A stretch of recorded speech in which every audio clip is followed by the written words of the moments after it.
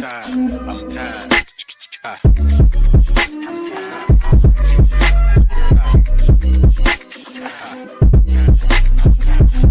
Late Morning Program with Nam Ras Podcast.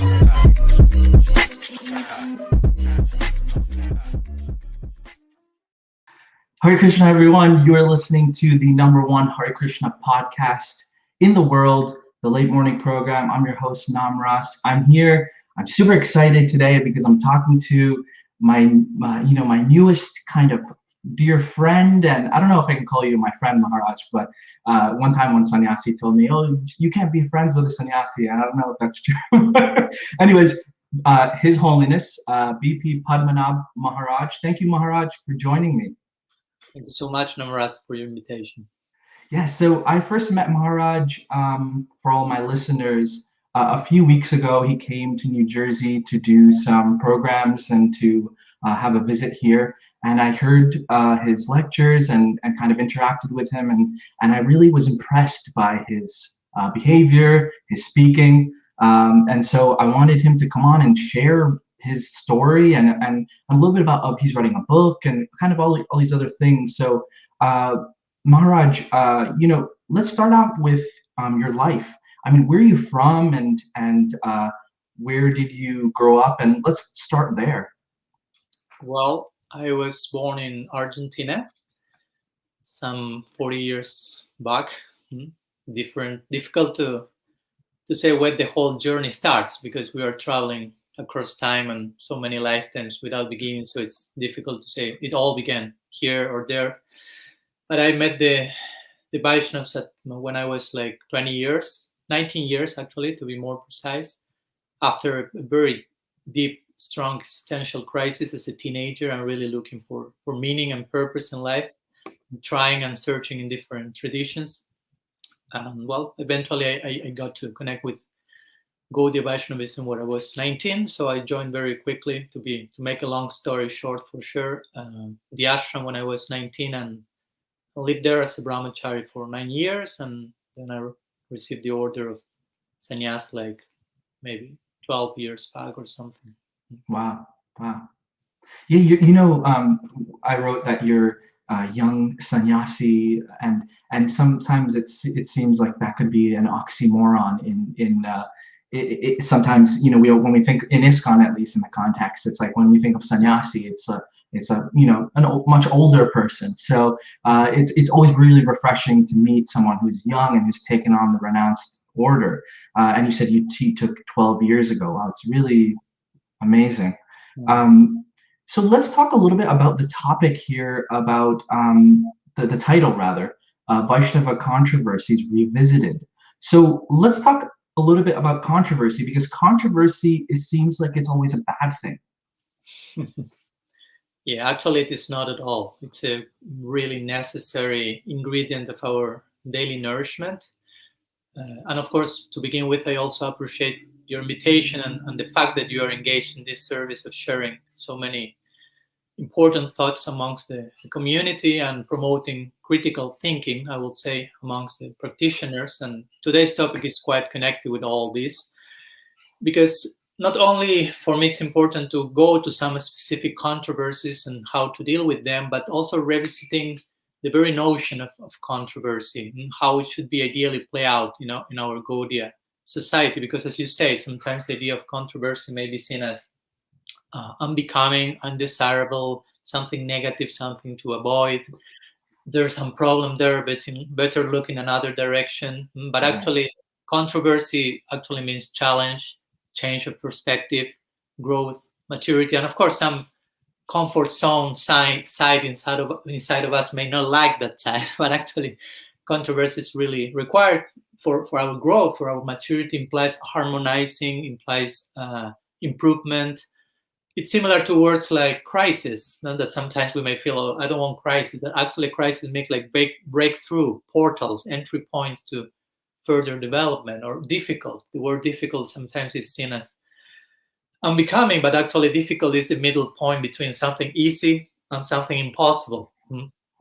Something easy is boring, something impossible is discouraging, something difficult is the necessary middle point So sometimes in Gaudiya society, the word controversy may sound as something negative, or sometimes the word controversy may be attractive for some by the wrong reasons, because they may feel, oh, some interesting thing will happen. There's controversy in the context of gossip, if you will. Right, yeah. But in our tradition, gossip is not promoted. Mahaprabhu, we know, say to Raghunath Das Goswami, actually to us, Gramya Katana Sunivi, Gramya Bhartana Kahiva, do not speak gossip, do not hear gossip. So the main difference between gossip and controversy, I will say that gossip is like controversy for the sake of controversy. And real controversy, if you will, healthy controversy, is for the sake of enlightenment and growth. So the latter controversy is instructing, is deep, is committed to an ideal of progress. And the other one, the gossip-like, will be mostly like degrading and superficial, evasive. And of course, when we go properly through the circles of fire of controversy, we will reach the ultimate destiny of Gaudiya Vedanta, which is Vrindavan, and we will find so much gossip in Vrindavan, in the sense of about Krishna, village talks, intrigue, groups, divisions. Radha has her Swapaksha group, there is opposing parties, Vipaksha, but all this is in the context of the Leela. To reach there, first we have to embrace, I will say, healthy controversy. So regarding today's topic, how that came to mind, in one sense, it's connected to my recent visit there to New Jersey and New York, that we get to meet each other first time. I was speaking, I remember, with Kula Pradeep Prabhu, and also another moment with Vasudev Prabhu in Bhakti Center. I were really speaking about how important and how nice it would be to have in our Gaudiya communities like a culture of debate, a culture of promoting healthy controversy, healthy dialogue, a debate club, if you wish. And I was remembering some series of debates that were organized, but in a secular context, but Jordan Peterson and Sam Harris, who one is a famous clinical psychologist, theistic one, and the other one is one of the main atheistic persons in the world. They were filling whole arenas. They were just two people seated and debating and having healthy controversy, and people are really being interested in seeing two thinking people together and seeing how they can agree that they disagree, if you will. So, yeah, for me, controversy implies like dealing with apparent opposing things and addressing this classical duality that sometimes is fragmenting our consciousness and is creating this division where we think in terms of good, bad, happy, sad, black and white, and learn to integrate, to achieve a higher synthesis. For me, that's really connected to the idea of becoming progressive Vaishnavas. My Guru Maharaj Srila Tripurari Maharaj spoke recently about progressive Vaishnavism. So this has to do a lot with becoming Madhyam Bhaktas, intermediate devotees who are concerned with progressive mentality. Again, what I like to term integration of complexity, because so much complexity comes on our way, and that's not to be rejected, that's not to be dismissed, but it's to be embraced and integrated into a higher version, upgraded. For me, that's the meaning of transcendence. To be transcendental doesn't mean to reject or dismiss anything, but to integrate in a higher synthesis. When you mean complexities, what do you mean by that? Complexity means I don't refer to something specifically that is inherently complex, but that results complex for us, something that represents a challenge that we are not able to fully accommodate, but we need to in order to grow. So for me, that's it has all to do to be a madhyam. A madhyam is a practitioner who is concerned with making progress, in contrast with a kanishta or a beginner's practitioner who is not so much yet aware of that, which is okay. I'm not condemning a kanishta bhakta. All of us mostly need to be beginners at one point. We need to be babies and need to urinate on ourselves. It's part of life, but or we need to drink breast milk from our mother. But if I go to my mom now being an adult and say, please, I want to drink breast milk again, she will say, that was such a nice time, but no longer is healthy now. Right. Similarly, one thing is to be a kanishta. There's place for that, but another thing is to remain a kanishta when the time for growing has come. So, and if we insist on remaining neophytes, there's some considerable dangers there, because a kanishta retains a black and white conception, sometimes relatively considerably material conception. The Bhagavatam refers to that devotee as prakrita bhakta, which sounds like an oxymoron, like materialistic devotee, if you will, with these ideas of right and wrong. Only one possibility must be correct. Either my guru is right, then the other guru is bogus, if you will, or if the other guru is right, then my guru must be bogus, or since my guru is always right, then other gurus are bogus, or something like this. So I will say that someone who has that type of mentality, without bad intention, that person for sure, but that person is not ready to tolerate or to accept maybe my guru or some sadhu was mistaken, I cannot accommodate that. So we could say that person is not ready to offer unconditional service to that person. Because if I only serve you if you are perfect, that's conditional service. If I serve you if I love you despite your imperfections, that's unconditional love. And that's the type of love we are receiving from Sri Guru. Sri Guru is loving us unconditionally. So we should be willing to reciprocate on those same terms. Of course, we are in different situations with our Sri Guru, but the unconditional side must be there. Do follow my point? If I just cannot accept the other person must be mistaken, I only love you if he's perfect, we are kind of moving with the same materialistic mentality that prevails in this world. In this world, you have to be perfect in order to be loved. Now, if you are perfect, someone will love you. So we try to be perfect. Sometimes we project that to a spiritual life, and okay, the sadhu is perfect, the guru is perfect, so now I can love and serve. And if some mistake on some level, of course, the sadhu is fully surrendered. In that sense, it's not mistaken, he or she. But in a relative level, there may be some imperfection. Like if the guru pronounced some word wrongly, it's not that you have to change the dictionary, because for sure, my guru is always correct in every single sense. So sometimes some acknowledgement of that can be there. So it's not black and white. That's my point. Sometimes one devotee may feel, I don't know, Krishna wants this. And some other devotee may feel Krishna wants that. And of course, the reply to that is Krishna wants both things and more. There is room. So you're saying that controversy is important because we can't continue to stay on a Kanishta platform where there's duality in black and white. There has to be a kind of understanding that there's room for, you're saying that there's room for different viewpoints. Yeah, I will say if we continue with the analogy of colors, there is room for gray, I will say, between black and white. In the beginning, we will think in those terms. It's black and white. He's a karmi, he's a devotee. He's a maya, he's transcendental. But there is so much nuance in between. That's how life works. So ideally, a progressive Vaishnava should look for the gray, if you will, in terms of color in everything. We know that between black and white, it is said that there are 256 shades of gray.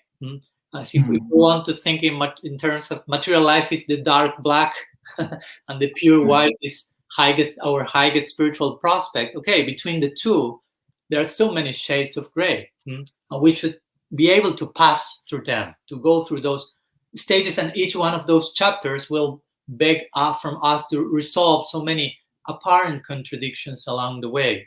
I remember once I wrote even an article on the importance of gray and how gray should become our favorite color. In this sense, sometimes you think about it. For example, gray is connected to the idea of getting old, regarding the hair, getting gray. But actually, it doesn't mean just to getting old, but ideally to getting mature. Maturity, to become real adults. I mean, we need to become real spiritual adults. It's not just being card-carrying members of something and showing how long I was initiated, and that's why I'm senior devotee or whatever. So this gray for me represents like the exact middle point between black and white. And the middle path, bhakti is the middle path. The Bhagavatam says the same idea. Nanirbhinonati sakto bhakti yoga siddhida. You will attain perfection in bhakti if you are not too detached and not too attached in this world.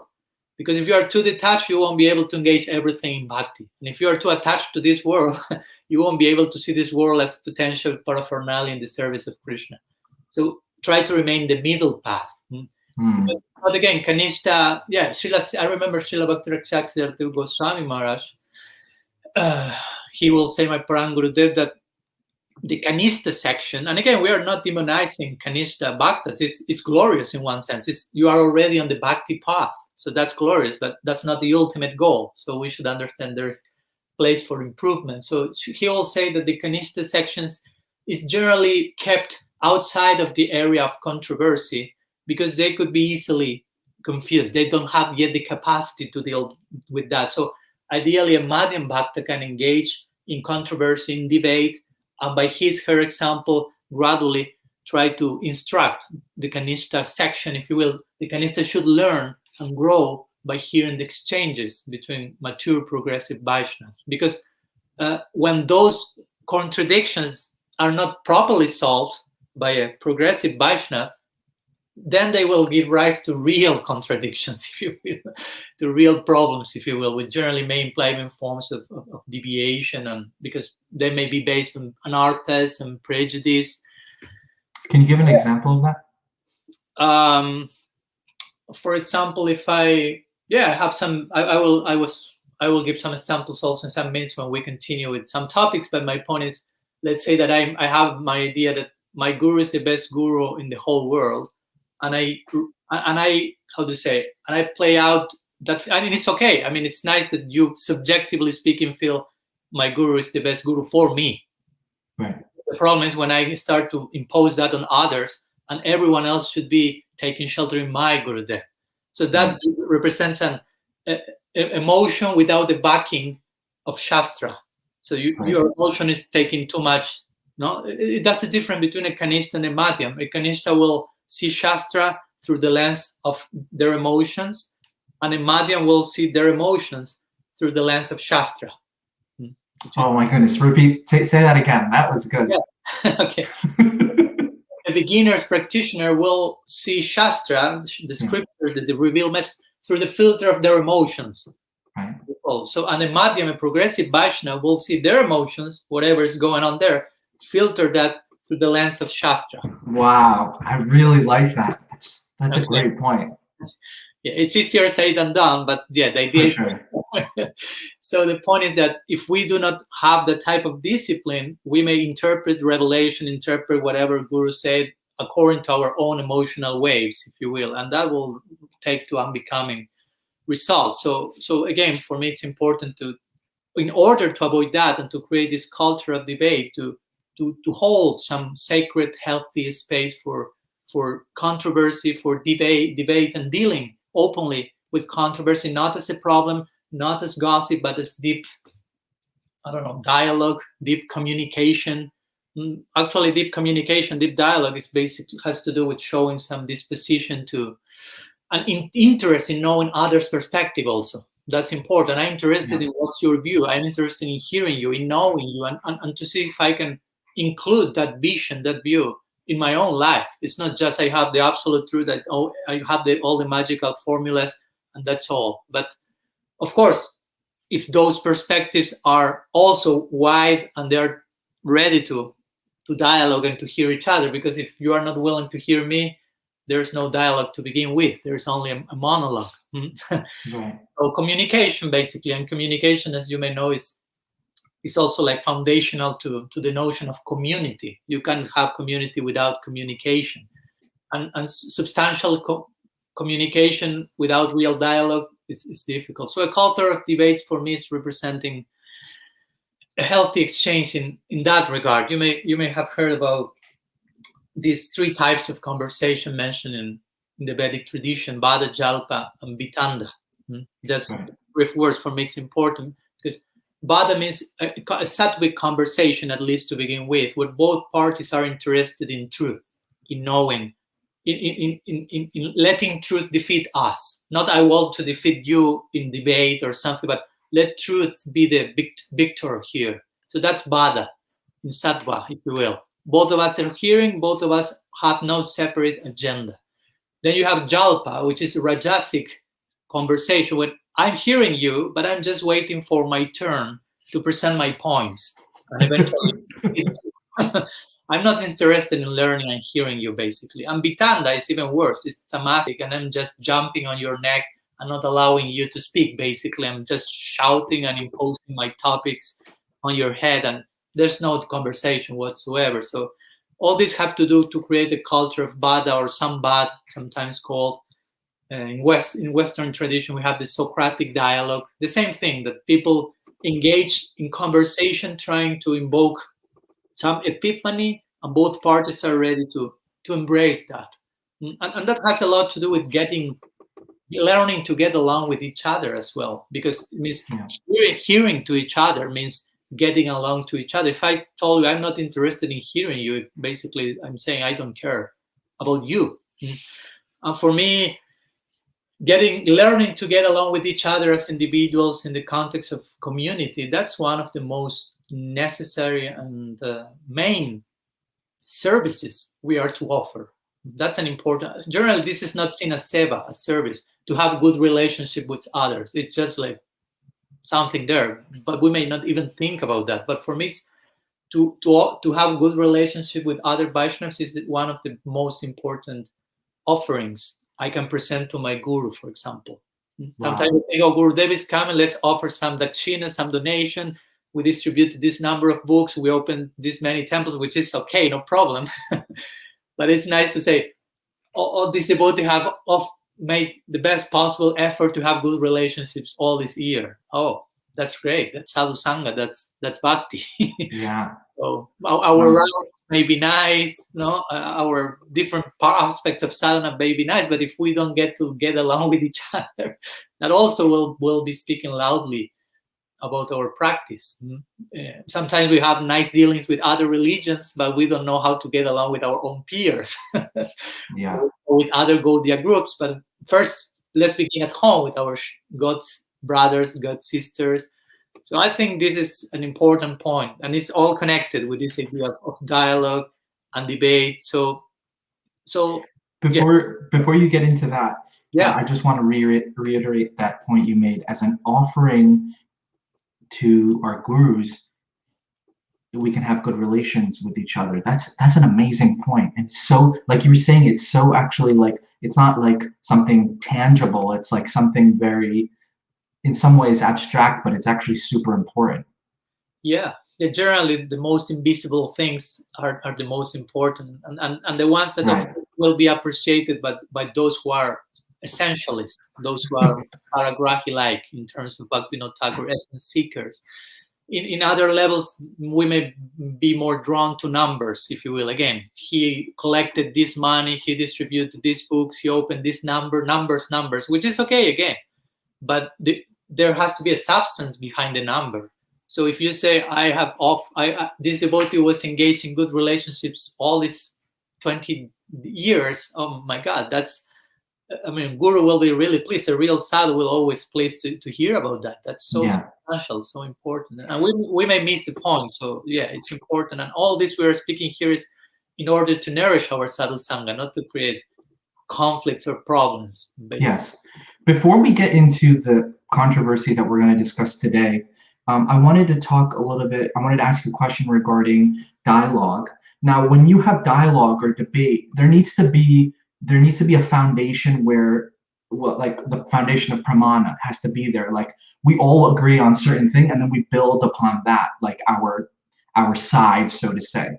So what do you do when the actual Pramana is not agreeable? Like you don't agree on, okay, someone may say that, Srimad Bhagavatam is the Pramana, and someone may say that, I don't know, Srila Prabhupada letters are the Pramana, or purports are the Pramana. You know what I'm saying? Mm-hmm. Yeah. So how can you have a healthy dialogue, or how can you have a dialogue where you don't agree on even the basic foundation? Yeah, totally agree.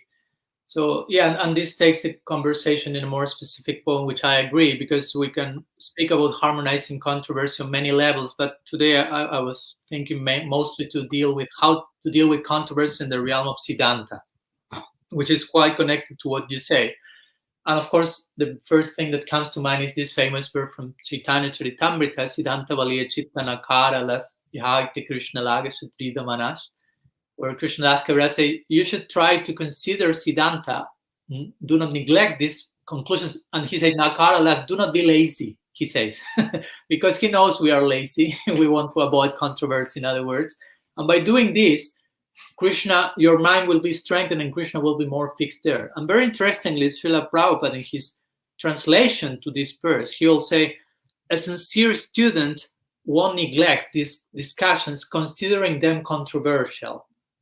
The word controversy is not in the verse, but he inserts his insight there, trying to imply a sincere student will embrace controversy because it strengthens the mind in the proper context. Even more specifically, and I'm just going to the point, your point of Pramana, I just wanted to introduce with this. Rupa Goswami also mentions in his Lagu Bhagavatamrita, for example, when two scriptural statements seemingly contradict each other, one shouldn't take one as inauthentic and take preference in other and just cherry pick the one I like the most, if you will. He says you should try to understand the meaning in such a way that contradiction is resolved. So one should embrace, in other words, controversy and solve the puzzle, which has to do a lot with which Pramana and which enter into the realm of complexity. And again, integration of complexity, which is, I know it's a thorny topic, it may be complex. It's not an easygoing thing, no. But the point, if you want to get the rose, you have to go through the thorns first. If you want to get the rose of siddhanta or perfect conclusions, and we need perfect conclusions to engage in perfect practice to obtain a perfect fruit, sambandha videya prayojan. So first we need to get through some thorny sections and learn how to harmonize them. Because one point for me is that if we want harmony without having to harmonize ourselves, that's not fair. That's a form even of sahajicism, I will say, or wanting things easier and cheaper than what they actually are. So if we are really sincere, as Prabhupada will say, a sincere student, we won't neglect those controversial, thorny topics, but we will be willing to pay whatever price is there. What do you mean by harmonize ourselves? Like the point is, sometimes we may say, I would like to have harmony in my life. I would like to, but the point is, you have yourself to engage in the exercise of harmonizing certain things. Again, I see. Okay. That was the point. Sorry if I was not grammatically. No. It was right. I just wanted to turn it a little more. So yeah, we have to act in the verb of harmony, if you will, harmonize ourselves in our practice. So it's not going to happen automatically. You have to actually kind of go through some, whatever thoughts, activities, certain to harmonize whatever you're trying to. Yeah, I see. Okay. So going to your point of Pramana, I think it's quite important. There we have Pramana, just in case for those who do not familiar with the term. Pramana means like a source of knowledge. It has to do with epistemology. Actually, the very first chapter of my forthcoming book has to do with that, the need of epistemic hierarchy or epistemological hierarchy, or to establish properly which is the order, where is the means to get knowledge. Epistemology means, how do I know what I know?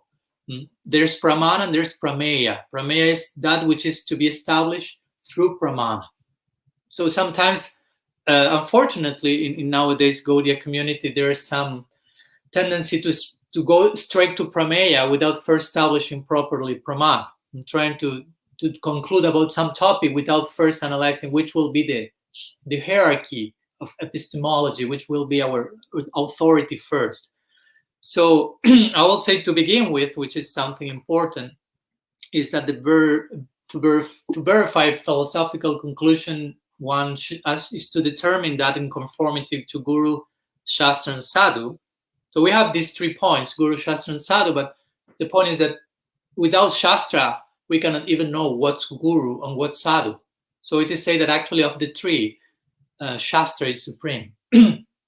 So to begin with, that's an important thing to establish. And let me share, I found the other day, I rediscovered one quote from Srila Prabhupada in Chaitanya Charitamrita. If you allow me to read some few words from his purport to verse, just in case for those who would like to find. It's Madhya Lila, chapter 12, verse 352. So Prabhupada says there, one should accept a thing as genuine by studying the words of saintly people, the spiritual master, and the Shastra, Guru, Shastra, and Sadhu. The actual center is the Shastra, the revealed scripture. If a spiritual master does not speak according to the revealed scripture, he is not to be accepted. Similarly, if a saintly person does not speak accordingly to the shastra, he is not a saintly person. The shastra is the center for all. Unfortunately, at the present moment, people do not refer to the shastras. So for me, that's why crystal clear, I will say, in that connection. So to begin with, shastra is our common praman. That in part replies to your question. It's not so much, well, this guru said this, that guru said that, he said that in a letter, in a morning walk, in a lecture, but how much whatever the sadhu or the acharya says conforms to shastra. Right. Shastra is our common praman in the Gaudiya Sampradaya, not whatever individual has said. So the latter example will be basically apasiddhanta, strictly speaking. And if you put too much apasiddhanta together, that may create apasampradaya. And sometimes too much of those two things together may create aparat. So that's a delicate circle. Apasiddhanta, apasampradaya, aparat. Apa. Right. And in connection to Shastra, generally many other sampradayas, they base themselves on what's called Prasthana Trayi, which is the Vedanta Sutra, the Upanishads, 10 main Upanishads, and the Bhagavad Gita.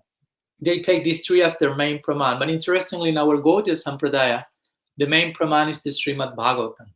And the extension of the Srimad Bhagavatam in the form of the Goswami Grantha, or the books of the 6 Goswamis. This has been clearly established by Srila Jiva Goswami in the Pramana Kanda section of his Tattva Sandarbha, the first of the 6 Sandarbhas. He's clearly established their epistemology and how the Srimad Bhagavatam is the most complete form of revelation for us Gaudiyas. Mahaprabhu himself embraced the Bhagavatam in that light. So for us Gaudiyas, he establishes there that the Bhagavatam is Pramana Shiromani, or the crest jewel of all evidence.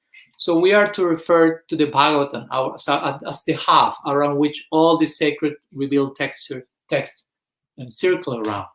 And the books of the Goswamis occupy a very similar place, because if not more important even, because they are extensions of the content of the Bhagavatam. All the books of the Goswami, Bhakti Rasamrita Sindhu, Brihad Bhagavatamrita, Sat Sandarbhas, these main books, all of them explain to us how we Gaudiyas embrace, understand what the Bhagavatam is saying. So that will be an important point in this connection. So we should try to find a common point in this connection, because we are one in Siddhanta. In Tattva, we should be one. We have Tattva Vichar and Rasa Vichar, Tattva and Bhava. So we should be one in Tattva, in Siddhanta, and that oneness will give rise to difference in Bhava, in sentiments, emotions, because all of us belong to one family in one sense. Besides different missions and institutions, all of us belong to the, let's say, Gaur Parivar, or the family of Mahaprabhu, to put it in a broad way. To the Gaudiya Sampradaya. So what's a Sampradaya? That's the point. The very meaning of the term says it all. Sampradaya. Pradaya means to give profusely, and Sam means fully. So Sampradaya is a school of thought that is giving fully something. What is that something? That which characterizes a Sampradaya, which is a particular siddhanta. Now, each Sampradaya will have its own siddhanta. So what makes a Sampradaya? A siddhanta. So Sampradaya means to give fully a siddhanta. So we are one in siddhanta. That's what makes us member of one same family, one same Sampradaya.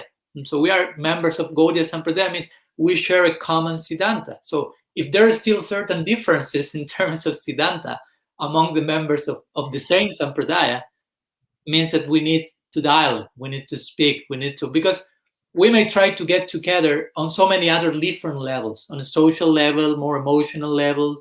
But if we are not having dialogue in how to, again, harmonize, embrace this controversy, there will be some fracture in our Siddhantic unity. And that may affect how we deal with the diversity that should embellish our lineage. Because there has to be unity as a foundation, and that will give place to diversity, proper diversity. If a difference is, one devotee once said that, I like this idea. If a difference arises out of the unity of Siddhanta, that difference should be celebrated. That diversity should be honored. Mhm. So we can have differences in terms of avideya, or the practice, different angas of bhakti. Some devotees may have more inclination to one than others. There can be differences in prayojan, even. Some devotees may have ultimately affinity, let's say, towards Madhurya Bhav, some others toward Sakhya Bhav. There is place for that in the Gaudiya Sampradaya. That's another whole topic. Yeah, it is. As devotees may feel, no, there is only one possibility in the ultimate goal, and that's what I coined the term racism. In that case, it's not racism, but racism. You're being racist in the context of rasa. Right. Thinking Racism. Yeah, racism. So there can be differences in avideya and in prayojan, but in terms of sambandha or conceptual orientation, tattva, siddhanta, ideally we should be one. So that oneness, that unity, will allow a healthy diversity in terms of avideya and prayojan. So in some ways, we are sort of one, but there's like little things that really kind of are a thorn in our side when it comes to things that some devotees can't agree on. Mm-hmm. And maybe this is a good time to go into what about your book and about the topic that we want to. Yeah, I agree. I mean, of course, I'm not saying that we are not one in any single sense and there is total difference and conflict, but I think that the oneness can become even more one, if you will. We can continue increasing the harmony and the unity and the place for diversity and so on. So sambandha, again, is sometimes sankirtan. The very term sankirtan means sambandha kirtan, samkirtan. So our kirtan, which is avideya, should be sustained by unified sambandha, if you will, and that will give nice place to avideya, to prayojan. And sometimes we may get together, we may share kirtan, we may share hari-kirtana, if you will, but sometimes, and that happened to me, sometimes I've been invited to share hari-kirtana, but I have been told, Maharaj, do not speak about this and this topic, which is controversial. Oh, really? I was like, I'm not coming to look for problems, but also I'm being like censored to speak about certain things. So how, and I've tried to have an interaction with different devotees, and of course I have very, very nice interaction in some cases, but in other cases some devotees were not willing to speak. Even they have maybe insulted me or blocked me from their social media. I don't want to play the victim either, but not to blame them, but I don't know. I remember one example, of course I won't give any name, but I spoke with one sannyasi, Acharya, so he wrote a book about a certain particular point of our siddhanta. And he sent me the book and I said, Maharaj, will be willing to hear some thoughts I may have? So yes. So I sent, and maybe I was too overwhelming. I replied with 20 pages or points, almost 108 points. Maybe I should have sent just one main point and start a conversation there. So I recognized it was a bit overwhelming. But I sent 20 pages and he replied to me with maybe less than a paragraph. And his reply was mostly, well, my guru agrees with my stance and he's a pure devotee and your guru is not. So I was like, okay, this is all you have to say to what I share with you, trying to be respectful and consistent. He was basically telling me, my dad is the best dad in the world, not yours. I mean, this is the way that we are ready to engage in debate and dialogue. I was shocked and I was sad. I was sad, of course. So for me, it's important to learn to not be fundamentalist, not to be fanatic. And because if we engage in that type of intense view, that's evasive. That's a form of it's not fostering unity among the Vaishnava community. And we may be sentimental and overtly emotional. And we are not still solving that thing that still is under the carpet, if you will. That's unfortunate about that situation. But let's talk a little bit about your book and about what that's about. Okay, about my book. So the book is yet to be published. Yet it's on its way, forthcoming. So it will be named Inherent or Inherited. That's the title, and the subtitle will be Bhakti in the Jiva according to Gaudiya Vedanta. So this is my first book. I always like to write, but I was never thinking about publishing a book till recently, and it was not my plan even in this case. And I have learned so much by going through the process of writing a book. So many things I didn't know really. It was like going through labor. I'm sannyasi, so if I keep my vows, I will never have biological children. But but to write the book was kind of going through all these stages of gestation, conceiving, and giving birth, and all that comes after, and all the messiness of it and whatever. So it was really interesting, and I was really blessed to have the contribution of many, like peer review of other Vaishnavas, even from different paribars, not only God brothers and God sisters, but also like Prabhupada disciples, member from the Advaita paribar, member from the other paribars, who shared the views, even who shared the Purva Pakshim view, like the view of the opposing side, people who was not agreeing with me, but we were able to engage in this dialogue. And I will say on top of that, at the present moment, my Guru Maharaj is editing the book. So that's a very interesting experience also for me. It's an honor to begin with. Of course, I don't feel it's my book. It's my attempt to please my Guru Maharaj, and it's his book in that sense. And he's editing that. And these days I was thinking, by his editing my book, he's kind of editing myself. I was thinking that I create that parallel. Like the Guru is the editor-in-chief, and we as disciples are to allow ourselves to be edited, if you will. My book is an extension of me, where I put my thoughts, my feelings, my ideas, and the Guru will come and say, Maharaj, this half chapter is not correct. You have to throw it out.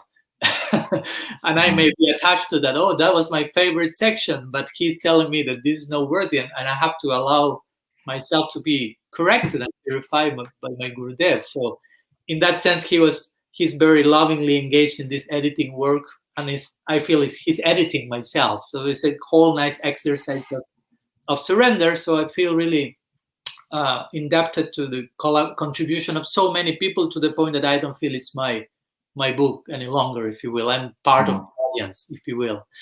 So beyond the main topic, that is whether bhakti is inherent or not in the jiva, also I wrote the book, let's say, as what we may call an open letter to the worldwide Gaudiya community. Because as I mentioned, I feel there is an urgent need for a conversation, and the Gaudiya community is an urgent need for a conversation with itself, if you will. And also to promote like ample, like wide room for theological thought, and to transcend certain what I will call tribal thinking or cognitive rigidity that sometimes it's characterizing the approach of the beginner, of the Kanista. So how to grow beyond that. So regarding the topic in itself, also I must say that some years back, I was thinking different than I think now. I reached another conclusion years back. So that for me also is important to share, if you will, as part of my story. You know? Like, it's not that I always thought the same thing. I recognize I thought something, and now I understand the conclusion was different. So I'm willing to change, basically. You know, when the opportunity presents itself, it's important that, as Srila Sri Maharaj will say, we are students forever. So yeah. It's important to remain open to further enlightenment and education. So actually, originally I wrote I think 11 articles that were published in one website called The Harmonist, harmonist.us, US. And they were about this topic. So initially I thought I will keep it there. There were some articles, but the devotees were suggesting, oh, this is very nice, try to make this a book. And I had another book in mind to write at that time. So that's waiting. Let's see if that happens someday. So I asked my Guru Maharaj, what do you think? May I do this as a service and offering for the Gaudiya community? And he said yes. So I think when he gave the blessing for that, the whole dynamics activated, because I made these 11 articles. I thought, okay, I will make a different chapter with each one of the articles, and that will be the book. But so many other things came. So I started to do some research, and I thought, well, I may get some few quotes here and there about the topic, but I found so much information along shastra about this topic, and how all these quotes and revelations, they were in agreement with each other. There was full consensus in shastra. And eventually the book ended up being 4 times longer than the original article. So the book may have, let's see how much my Guru Master keeps editing it, but I think it may have like 400 pages or so. So interestingly, I found full consensus in Shastra about that. But I tried to to strengthen my presentation, trying to contemplate possible arguments like the opposing views. This is the classical stages in Vedic debate. You have Vishaya, Samsaya, Purvapaksha, Siddhanta, and Sangati. You present the topic, some doubts are raised, some opposing views are raised. There you reach the final conclusion, then you have to Sangati, reconcile that with whatever other things may seem to be different, say here and there. So I try to go into this. There's called also Stuna Nikkanana Nyaya, which is the logic of pounding the post. Like I will contemplate the opposing views and try to, hopefully in a gentle, humble way, refute them. And there I will make my point even more comprehensive. And I try to do that because I've seen some other presentations, even in connection to this book, that were not too much in that light, that just try to show something and saying, this is the siddhanta, everyone is saying the same, there's full consensus on that. And I knew this is not like that. There's no full consensus in that. There has been different things have been said along history. So it's important to, again, try to harmonize that basically.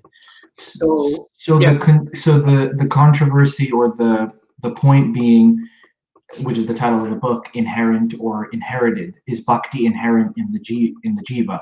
Mm-hmm. So what we've been taught in ISKCON is, not that we've been taught it, but what we read is that bhakti is there inherent and we just have to uncover it.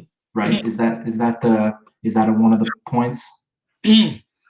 Well, let's go to what Shastra says about that. Yeah, let's go to the Shastric conclusion of the topic, and maybe if you want, then we can also analyze other different views or what has been said, maybe even in contemporary times. But going back to whether bhakti is inherent or not, the conclusion, having established first, as you say, the Pramana for us Gaudiyas, which is Shastra, and in context of Shastra, Bhagavatam, the books of the Goswamis, having that clear first, when we go there and see if bhakti is inherent or not, we will find unanimously that bhakti is not inherent in the jiva. That the jiva is a whole categorically different Shakti than Bhakti. Bhakti is the essence of the Swarup Shakti. Swarup Shakti is one of the 3 main Shaktis of Bhagavan. We have Maya Shakti, Swarup Shakti, and Jiva Shakti or Tatastha Shakti. So Jiva Shakti is categorically different Shakti from Swarup Shakti or Bhakti Shakti, another way of speaking. But of course, we as Shivas have the potential to imbibe Bhakti in our lives in the context of Sadhu Sangha. It is said that Bhakti comes to our lives through Sadhu Sangha. Bhakti comes from the Bhakta.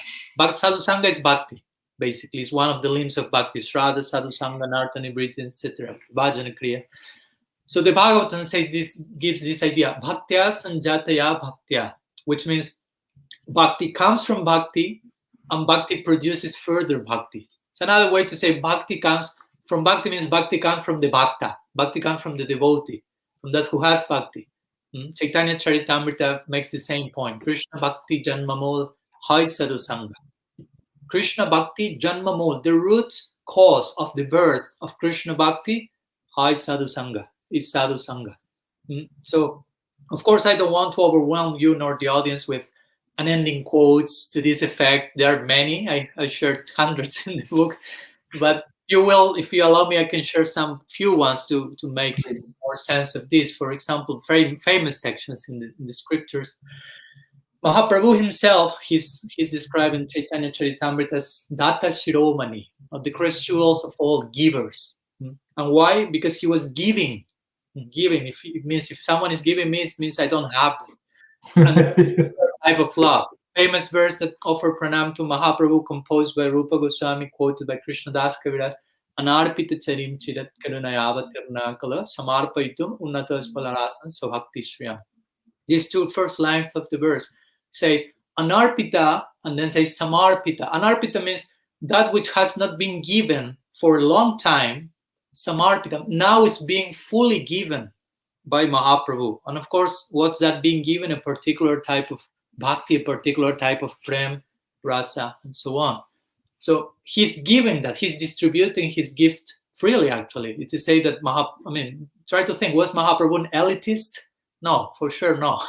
So he distributed his gift freely. The point is, every jiva is eligible to receive the mercy of Mahaprabhu, not only a few chosen and predetermined ones. Because if bhakti is inherent, it means some jivas will have Ram Bhakti, Vishnu Bhakti, Krishna Bhakti, because bhakti is not an abstraction, an energetic abstraction. It's specific. Which type of bhakti? Ram Bhakti, Krishna Bhakti. But we say Mahaprabhu is giving this to everyone. Chaitanya Charitamrita also speaks in terms of Mahaprabhu broke the storehouse of rasa and gave that. In Chaitanya Charitamrita, you'll find the word dana over and over again. Dana. Dana means gift. Gift. Chaitanya Bhagavat the same. And in Brihad Bhagavatamrita, Bhakti Rasamrita Sindhu, all these authors, Raghunath Das Goswami, Narottam Das, all of them always, when they speak about bhakti, they speak in terms of giving or bestowing. Isn't that receiving for sure? No? Isn't that just semantics, though? Not necessarily. I mean, if you go to, interestingly, when you go to the Bengali and to the Sanskrit terms for, these languages are very refined and specific. So if they want to say something, they have a term for that. And interestingly, when those terms, some of those terms are translated, sometimes they are wrongly translated. I will go to one point now, if you will. But actually, it's not only semantics. There are many, many sections. For example, of course, if I say bhakti is not inherent, also the implication is rasa is not inherent, prem is not inherent, our siddha deha, bhakti swarup, is not inherent. In the Bhagavatam, you find this famous verse when Narad Muni is telling his own story, and he says, Prayujamane mayitam. It begins the verse. Prayujamane means, at the moment I received my spiritual body, and again, Sanskrit is very specific language. You cannot just miss one word for another. So he said, when I received my spiritual body. So again, the point is, it's not that siddha deha is there and at some point comes. Or prem. Let's speak about prem. There's a famous verse that is quoted as an argument to that, and I addressed that controversy in my book. Famous verse from Chaitanya Charitamrita, Nitya Siddha Krishna Prem, Adi Sudachit Ayodai. Right. So this verse is translated generally as love of Krishna is eternally in the heart of all living entities, and so on. But interestingly, if you analyze the original Bengali, it's not saying in the heart of all living entities anywhere. The verse is not saying that. It says Nitya Siddha Krishna Prem. Krishna Prem is Nitya Siddha. Nitya Siddha means eternally established, or Siddha can also mean eternally perfect, or also Nitya Siddha can refer to the Nitya Siddhas, not to us. So Nitya Siddha Krishna Prem can mean Krishna Prem is eternally established, eternally perfect. It doesn't say where. Sadhya Kavuna is not something to be attained. So I will say, for properly understanding this verse, actually we need context, because as I say, a text out of context becomes a pretext. So what's this verse about? Actually, this verse in Bengali from Chaitanya Charitamrita is the Bengali version of one verse written by Rupa Goswami in Bhakti Rasamrita Sindhu, which describes sadhana bhakti. Kriti sadhya bhavi sadhya bhavasa sadhana vida nitya siddhasya bhavasya prakatyam hridi sadhyata. It's a famous verse, which there Srila Rupa Goswami mentions sadhana bhakti means engaging the senses, so bhava bhakti manifests. But bhava bhakti is not a product of sadhana, but it descends of its own accord when the heart has been prepared by sadhana, if you will. The soil is ready. Right. So interestingly, this other verse of Chaitanya Charitamrita is a Bengali version of that, so it must say the same thing. So the two verses have similar expression. Nitya siddhasya bhavasya. Bhava is an eternal reality, eternally perfected reality. But it's not saying it's in the heart of every living being. But we may say, well, but it's not saying it's in somewhere else. So we can go to the commentary to that verse from Rupa Goswami, written by Jiva Goswami and Vishwanath Chakrabarti Thakur, and they say the appearance of bhava, but not its creation, they say will be accomplished in the future by the special functions of the most excellent transformations of the Lord Swarup Shakti. So Swarup Shakti means Sambit and Ladini mostly.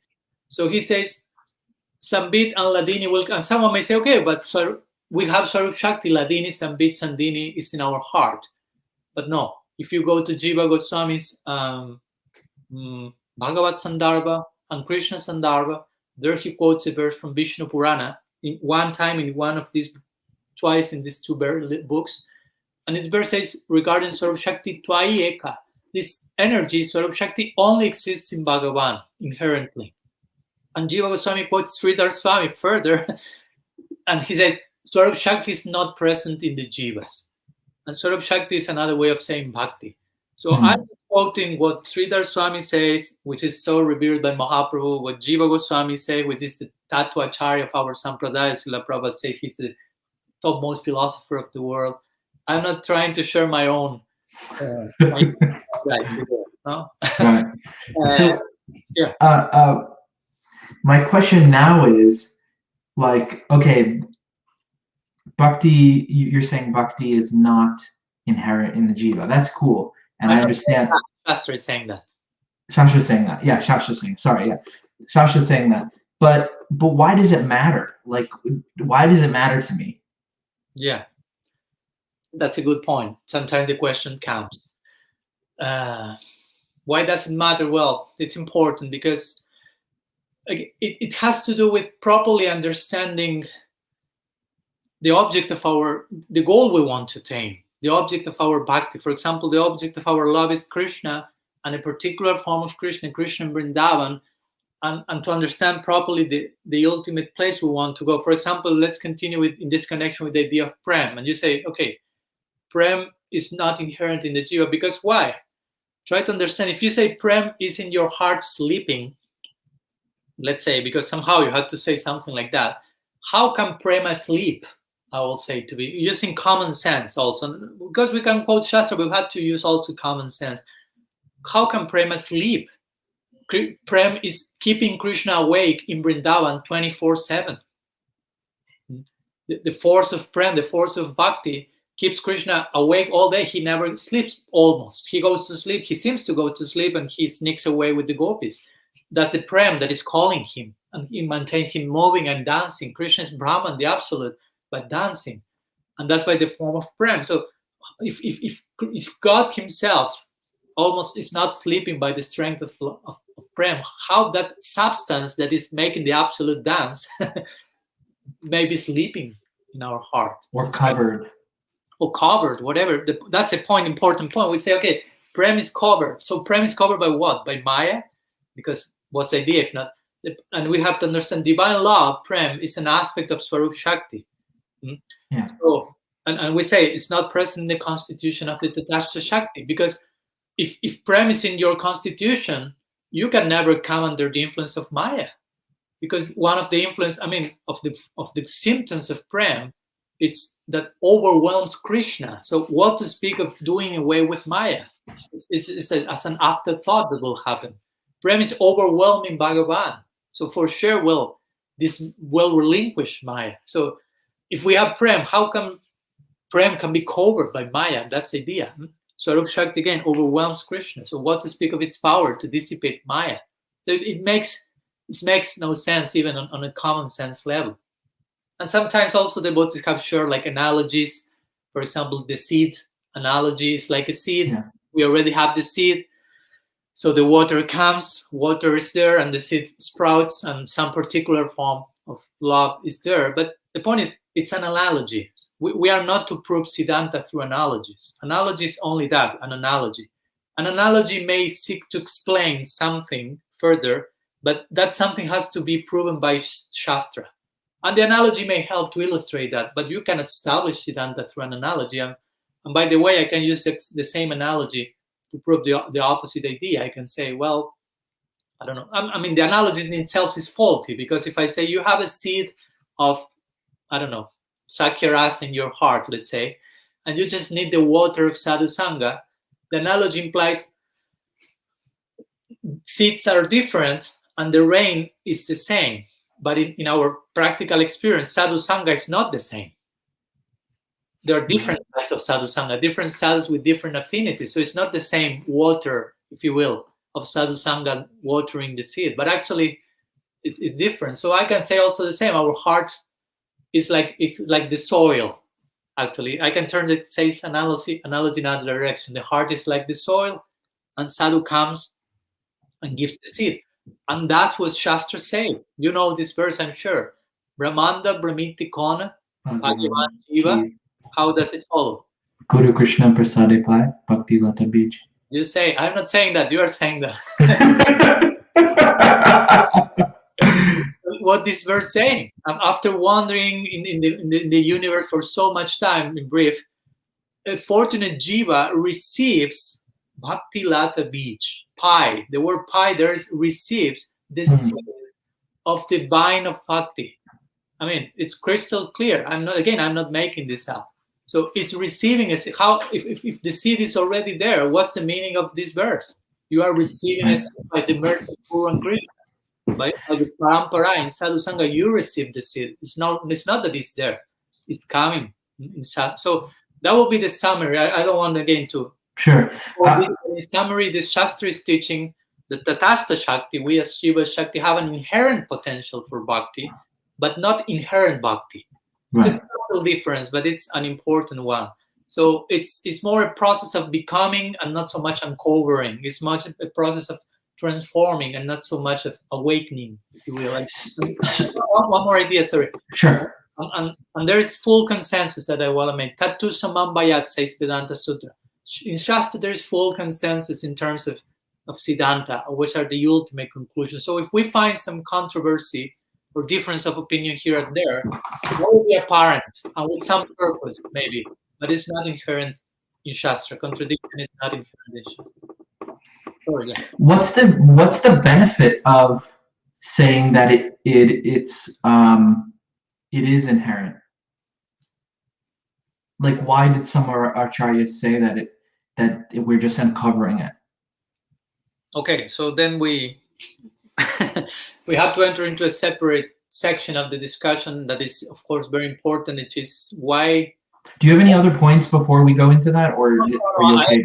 I agree with your question. Yeah, on one side, it's important. Okay, we established what is said in Shastra, what is said according to Gaudiya Siddhanta, but also, as you mentioned, some of our acharyas, especially contemporary ones, I could say from Bhaktivinoda Thakur onwards, they seem to have said otherwise. So, as you say, what's the benefit of that, or what's the reason for that? What's the background for that? So, how to harmonize that? Because again, that may sound controversial. So before going to this point itself and to our contemporary acharyas in connection to whether bhakti is inherent or not, I will say that these differences of opinion are there from time immemorial, I will say. Now, Krishna himself, let's go to the Gita. He says to Arjuna in the beginning, follow your dharma, behave as a warrior, as a kshatriya. And at the end, at the conclusion of the Gita, he's saying, sarva dharmam parityaja, leave all dharma. Of course, in between those two statements, there are almost 700 verses. Right. So it may seem contradictory, but actually there are complementary ideas if we consider the adhikar of who is receiving. So Arjuna is representing us along the Gita, progressing and increasing his adhikar, if you will. And Krishna himself in the Gita is saying that wise people should not disturb the minds of the attached by trying to inspire them to act from where they are. So that's an important consideration. And so many examples we have. The Vedas promote karma kanda, seem to promote that above all, but the Bhagavatam says actually they are trying to take people to the higher realms gradually, like a father giving to his son medicine by giving some sweet, and the medicine is inside. All the whole Mahabharata is said in the Bhagavatam also. I will say it's a whole Christian strategy full of intrigue, romance, politics, but trying to take it to the Bhagavad Gita. Or in the Bhagavatam, there are many quotes that seem to be promoting Advaita Vedanta, impersonalism, but they have to be understood properly. And Sukadev also was having different people in the audience apart from Parikshit Maharaj, or Sridhar Swami's Bhagavatam commentary that Mahaprabhu embraced so much. So many sections of that commentary seem to be promoting Advaitavad as well. Mahaprabhu himself accepted sannyas from someone who overtly seemed to be impersonalist, Keshav Bharati.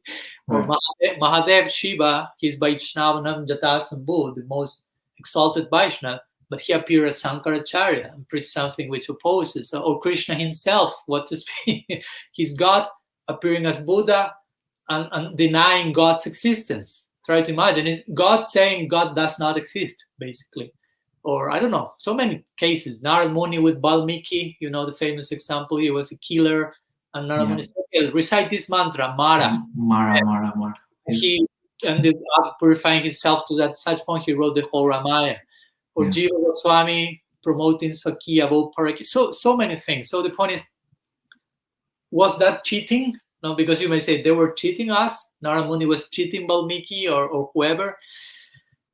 Yes and no, if you will. I mean, no, yes, on a apparent level, but no, in a deeper level, it was with some purpose in mind. Srila Prabhupada writes in one commentary, I think it's to Srimad Bhagavatam, in the first canto, chapter 13, verse 37, and he mentions, because Vidura there, he mentions, I have been cheated by great souls. And Prabhupada says it is a fact, actually, he says, that great souls would cheat other people for a greater cause. And such cheating, he will say, is necessary for the great cause, and there is no loss for any part in this, what do you call, transcendental fraud. Fraud, you say in English? Fraud, yeah. So so we have to really learn to think in another way to accommodate all these type of words. But there is place for that. The classical example is the mother, and the child comes, 3-year-old child, asking the mother, how I was born, ma? And she has to technically lie to him, because it's too much for him to understand the whole process at that point. She will say, a stork put you in the chimney, and you came one day. And the child is in ecstasy hearing that reply. He finds it poetic and compelling. And she knows eventually I will tell you the whole story, the bigger picture. So in an apparent way, she's cheating his child, but in a substantial way, she's doing what? She's protecting her baby by providing like a digestible version of some bigger, deeper truth, basically, that she expects him to eventually understand, but she realized it's not the moment yet. No? Like Narad Muni again with Valmiki, or with Mrigari, also the hunter. So, and we may call this preaching a strategy, if you will, outreach technique, whatever name you like to give it.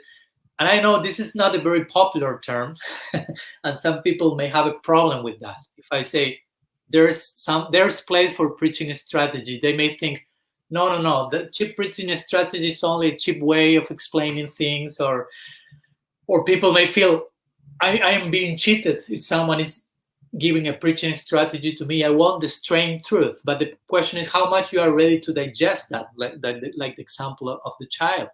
Right. And there's place for preaching strategy, as we can see along the whole Vedas, and a deep place for that.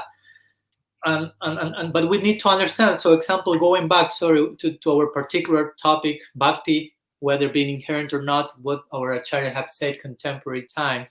Let's take Bhaktivinoda Thakur, from whom the difference of opinion, apparent difference of opinion, began to come, not so much before him. To really understand why he said what he said. Oh, he said he's the first one that stated that it's inherent.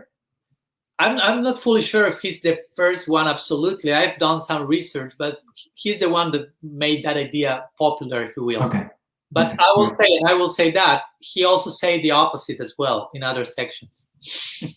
So he didn't say only one thing, which is an important point to consider at all times. So further layer of harmonizing. But to understand why an acharya say what he said or she said, I think we need to travel in time and to understand the particular scenario in which he or she was, and to be empathic enough and not just indulge in what nowadays is called historical presentism, which means I'm analyzing the past from the present moment. I'm trying to analyze what happened 2 centuries back, but without making the exercise of traveling back in time. So we need to do that, because if not, we will just project our present sensibilities into that moment that was a whole different world, basically. So we are members of the Bhakti-Vinod Parivar. As my Guru Maharaj will say, we are humbled by being proud members of the Bhakti-Vinod Parivar, this lineage that is so incredible, so electrifying, if you will, so dynamic, the Bhakti-Vinod Parivar, which is so much engaged in interaction with modernity and so on. So as being members of such a dynamic lineage, if you will, it's important that, there is place to adjust some statements in interacting with modernity. I mean, if you read a book like, for example, Krishna Samhita from Bhaktivinoda Thakur, he's trying to create that bridge in so many ways. He's describing, for example, the Dasavatar in Darwinian terms, in like evolutionary terms, like different species going from one to another. He's clearly trying to create some connection.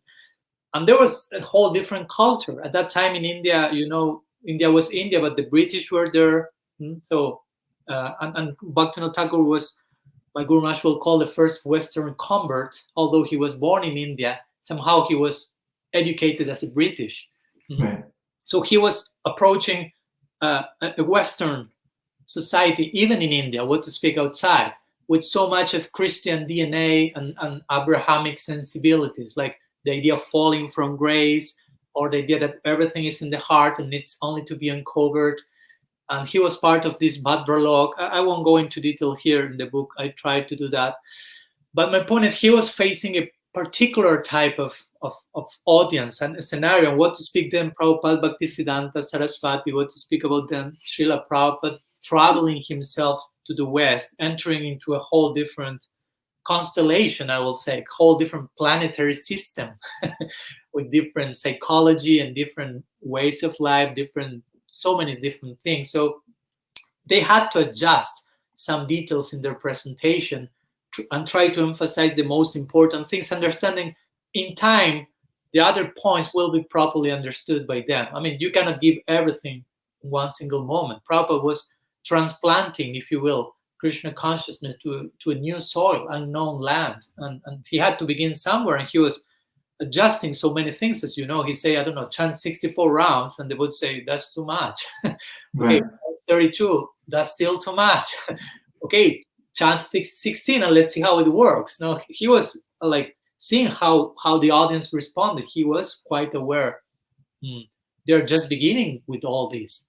So some complex details maybe were not fully developed at the time, but some of these acharyas. So sorry to interrupt. I still have a difficulty in understanding why it's so important to understand if it's inherent or not.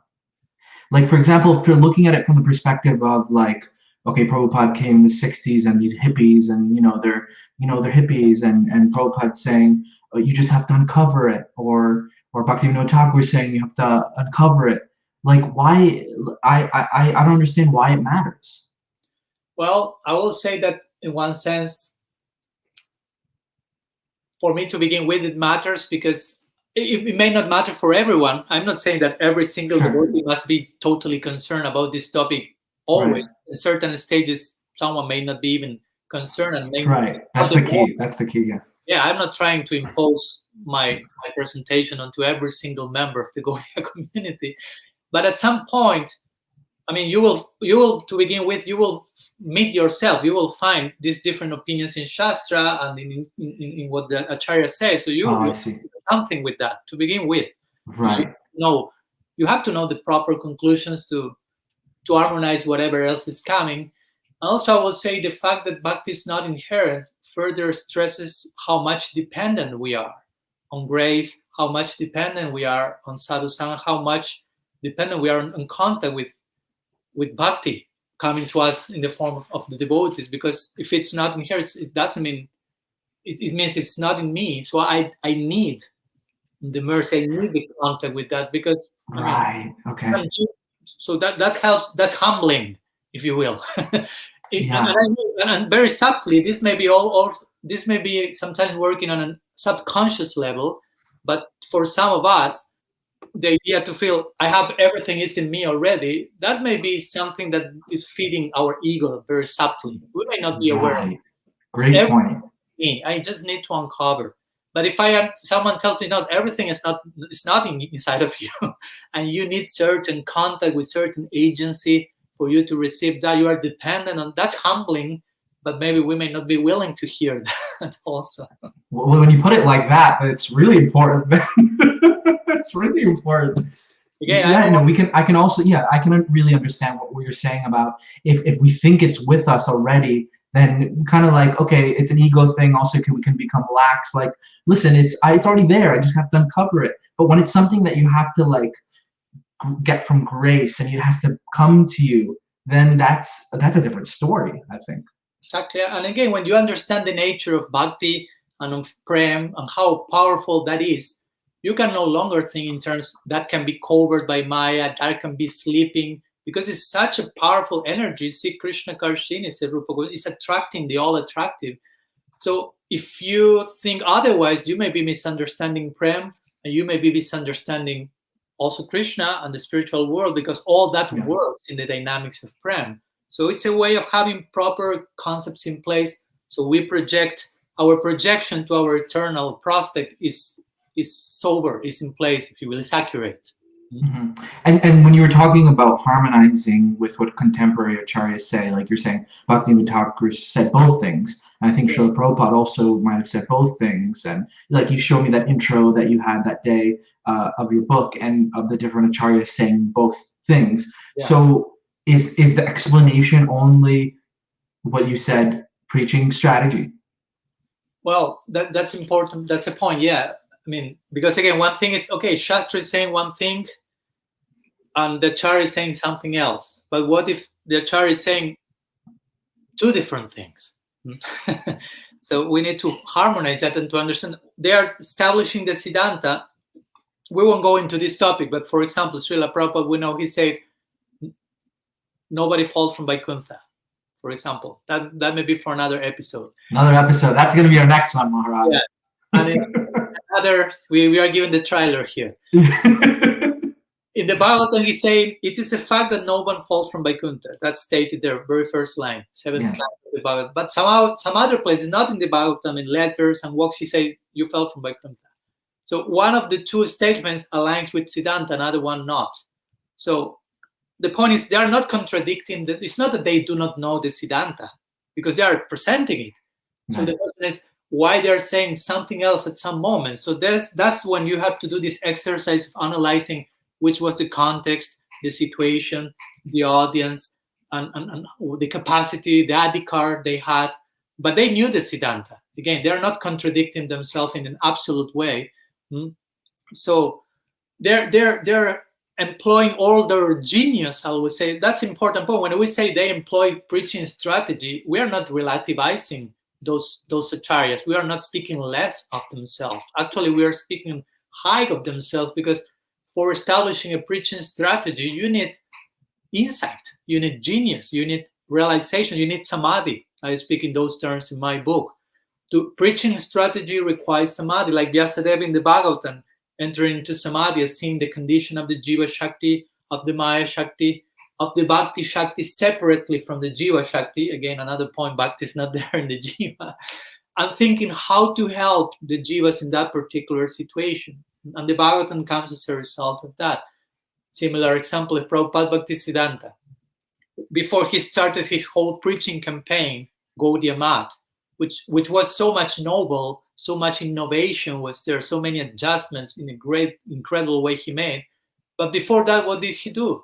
He was chanting 1 billion names, which is about that you chant 3 lakhs per day for almost 1 decade. So my point is, he was so much immersed in bhajan, in samadhi, and the result of his realization came in the form of a preaching strategy, because there were so many elements of preaching strategy in the Gaudiya Mat.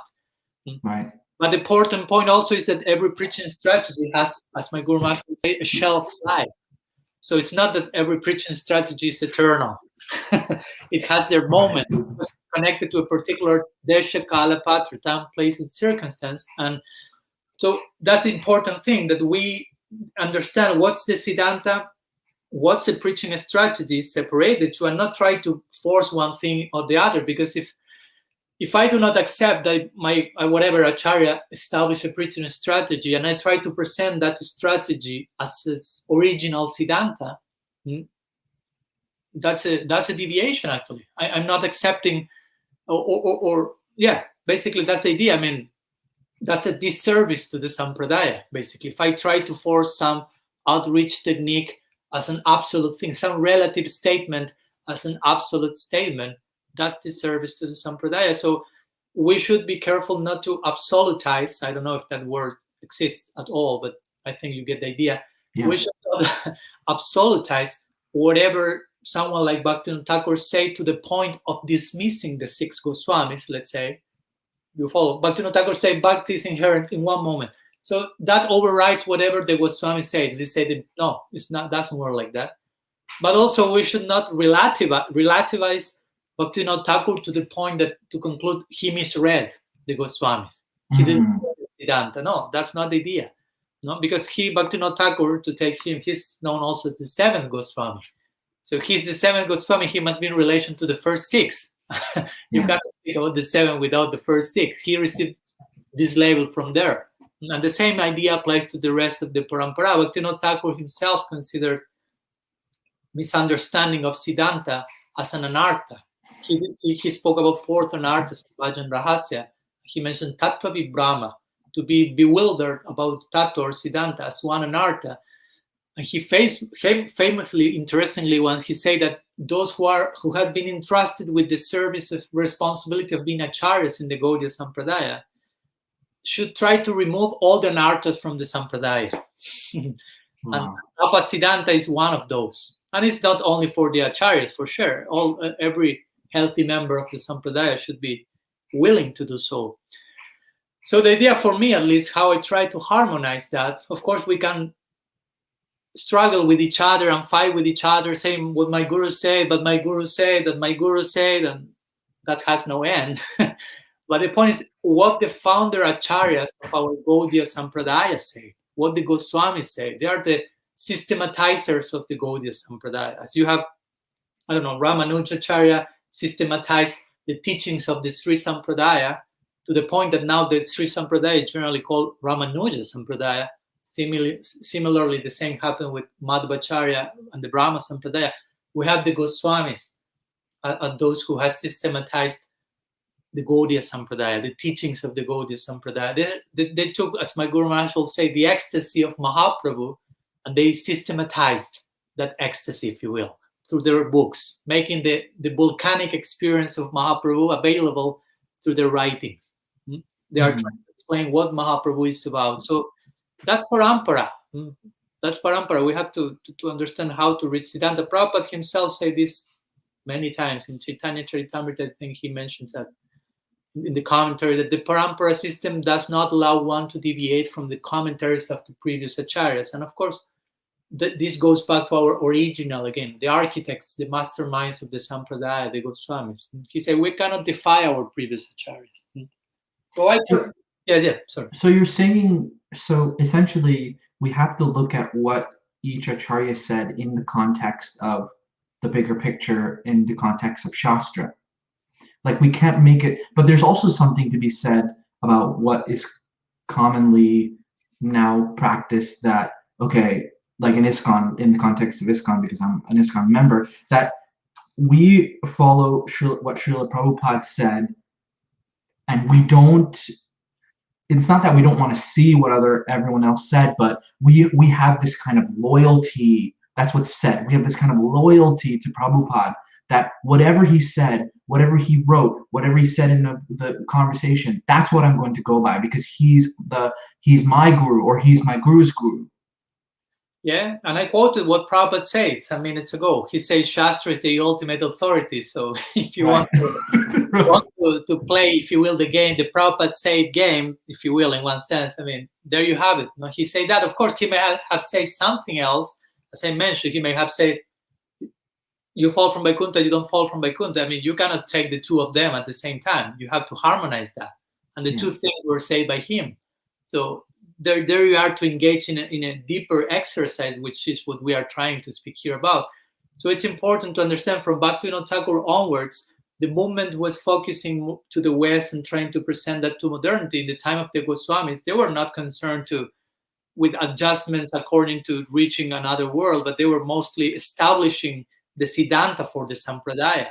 So there's where we find the ultimate conclusions that we are to follow, and whatever else that comes after has to be in line with that. And if it's not in line with that, I'm not saying it's a deviation, but I'm saying it can be a deviation for sure, but it can be also preaching a strategy. So again, Bhaktivinoda Thakur never, for me, the idea is he never set foot in the West, but he wrote to people in the West. Unknown Vaishnava Westerners, I think, were in India during his time. India was quite westernized. Bhaktisiddhanta Saraswati never went to the West he wanted, but he sent some of his disciples there, as you may know. And there, Srila Prabhupada, he went to the West. He went to visit this new world. And I will say that the commitment for future generations, the disciples of Prabhupada and disciples of his disciples and so on, is more connected to investigate, if you will, in detail, what's the homeland of our tradition and understand its roots and better get a grasp of the unique DNA of the Gaudiya Sampradaya. Because some of them, like it or not, some of these sensibilities and ultimate conclusions may clash still with our Western DNA, Christian DNA, Abrahamic sensibilities of linear time, fall from grace, and so on. So in my book, I point this idea, and when presenting the truth, we can conclude the following in connection to this idea. Yeah. Hopefully trying to make some full circle. You can present the traditional siddhanta as it was presented by the architects of our Sampradaya, the Goswamis. You can present a development of that original siddhanta that is not contradicting the original. That can happen, that should happen, an evolutionary version of the original. Three, you can present a deviation from the siddhanta, that can happen, or you can present an outreach technique, a preaching strategies, will. And for me, I try to make this point in my book. I consider that greater acharyas like Bhaktivinoda Thakur or his predecessor presented an outreach technique. Why? Because some of their statements do not fully concur with the original siddhanta of our sampradaya, as we mentioned.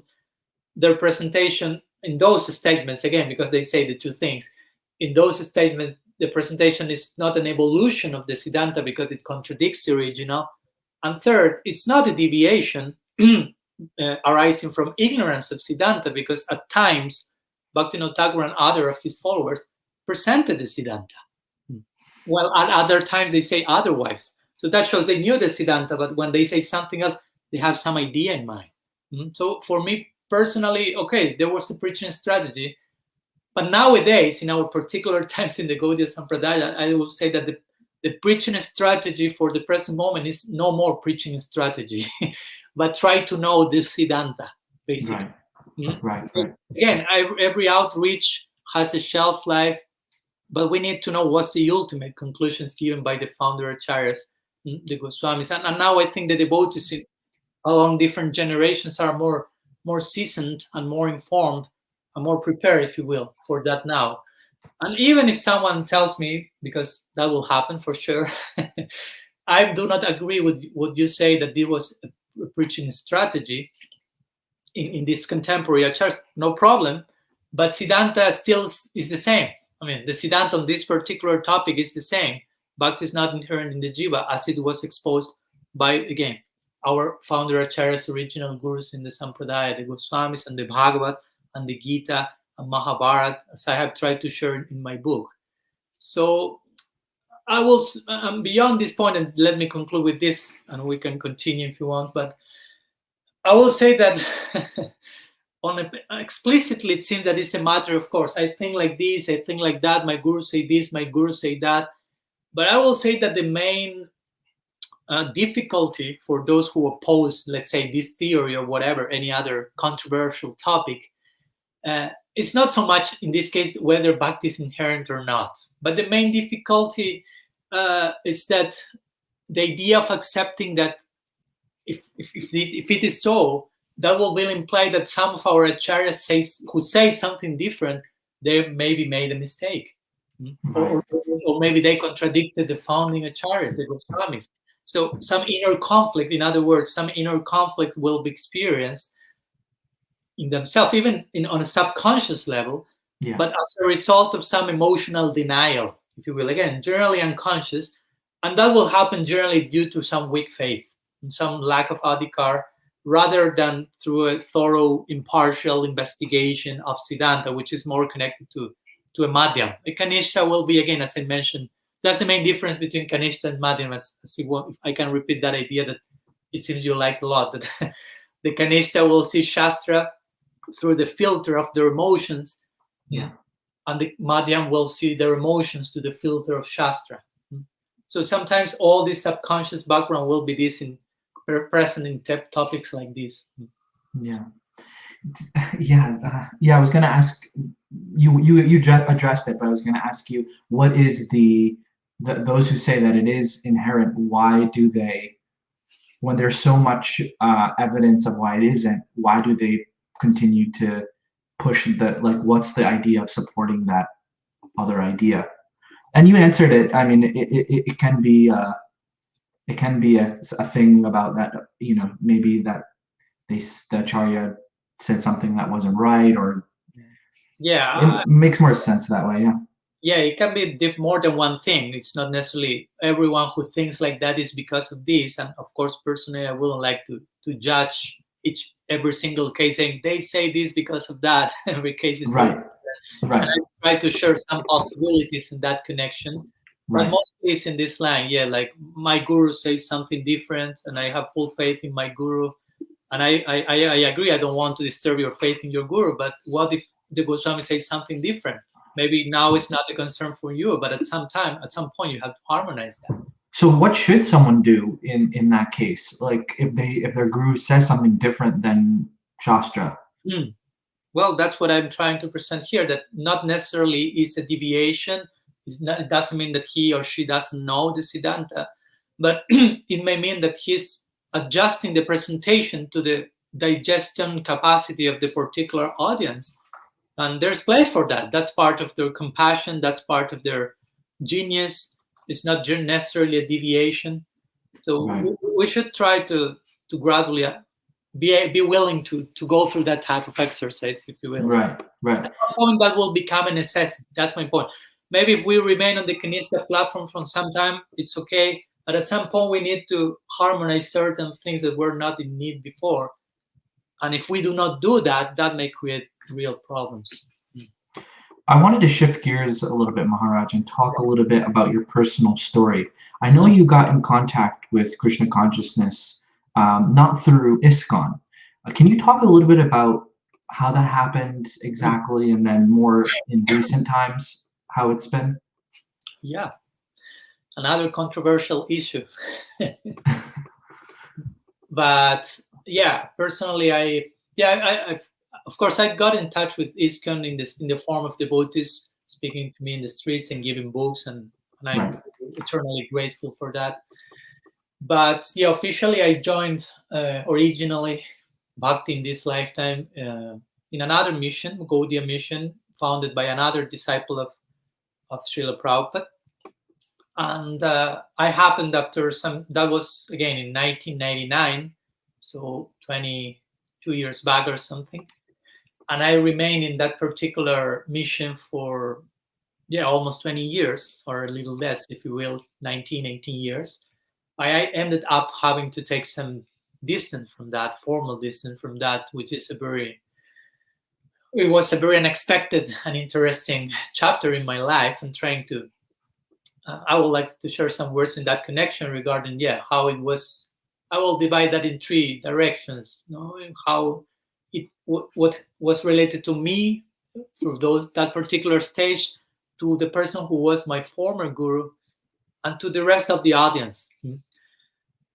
Because all this is connected to myself of being receiving mantras from my Guru Maharaj, Srila Bhaktivedanta Tripurari Maharaj, and taking again some formal distance from my former guru. So it's, of course, as you can imagine, the last thing that a disciple thinks of at the time of being initiated is at one point I will have to take a distance from my guru. It's the last thing you could ever want to think about.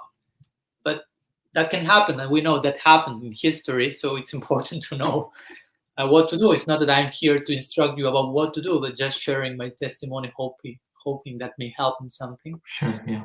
So my former guru had some considerable complications at one point, or at one point many of them start to come into light, I will say. And interestingly, I got to know about that while being some years back in Eka Chakra, in the land of Nityananda Prabhu, who is the source of Guru Tattva, Baladev. So it's very interesting because I was in the land of Guru Tattva, and I received very overwhelming news concerning who was my guru, my Diksha Guru at the time. So Guru Tattva in itself is, I will say, the most complex Tattva and the most fundamental one. If you properly understand Guru Tattva, you have all success warranty. And if you misunderstand Guru Tattva, that may warranty exactly the opposite. So it's a very crucial Tattva department to understand. So all this situation invited me to go deeper into what's Guru Tattva. So, and of course, again, you may join you joined the mission original. I joined the mission of my guru originally with the idea of I will surrender myself fully here, on the strength of Krishna's flute call. Let's say Prabhupada Bhaktisiddhanta will call this famous verse from the Gita, Sarva Dharmam Parityaja, abandon everything and come to me. He will call that the flute call of Krishna. Sarva Dharmam Parityaja, come to me, if you will. Surrender everything and come to me. So I joined. I tried to surrender to my guru in that spirit, but we know that that's not always happens. Srila Prabhupada himself eventually left the mission. He joined from his Guru Maharaj, and he founded his own mission, and so many things like that happen. So the point is, Krishna plays his flute, and you run after the flute and join the flute call. But sometimes Krishna may play the flute somewhere else. Right. The flute is not longer playing in that particular place, and you feel the flute is no longer here. So now the flute is there, so you run there, and when you reach there, Krishna is somewhere else. But we are to run after the flute call, basically. That's the real spirit. So sometimes in the spirit of following Krishna's flute call, we may have to leave the formal mission. We may have joined originally. We may have to even take distance from who was once former guru. So many things can happen in the way. Some of those things may not happen at all to any of you, no problem, but well, that can happen. So in those situations who were really complex, for sure, it was not for me just pressing a button and everything was solved. So much harmonizing and integration was to be done there. I always remember one nice quote from Srila Siddhar Maharaj that will say, if I am sincere, my guardian's eye is always vigilant upon my head. So even though a particular figure representing the guru is no longer operating in my life, my guardian's eye is there. So, and of course, I have to be sincere for having proper vision. So that gave me so much hope, and I was praying intensely, so many tears in between, for sure, so much struggle. But I felt okay. My guru figure is no longer there for a minute, but Krishna is my guru. Also, I mean, I may sound rhythmic here, but it's not the Another episode. Yeah, we're already having like 2-3 more episodes with this. Okay. Right. So Krishna is the original guru. I mean, you read our Parampara. Who is the first guru in our Parampara? Krishna. So Krishna is the Samasti guru. We have, when you speak about guru, you have Samasti and Vyasti. Samasti is like the collective conglomerate guru, macrocosmic, and the microcosmic individual representative is the Vyasti. So if one representative fails, the original guru is still there.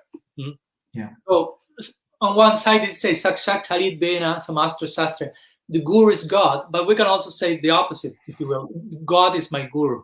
Again, I don't want to sound abstract, but ultimately guru is one. Is one and different. Of course, there is unity and diversity, but it's Akhanda Guru that is undivisible principle, if you will. So if one particular individual who is representing that department is no longer active for whatever reason, it doesn't mean that principle disappeared from my life altogether, but that I have to discover in which new way that Guru Tattva principle is expressing in my life. So I have to have the trust Krishna will provide. My Guru Maharaj gives this example. we shared that yet these days in one lecture. As someone is selling computers, comes to my house and sells me one computer, and I pay. But the salesman say, I cannot give you the computer now. I have to show in other places, other houses. So that will come tomorrow to you. Okay, I trust.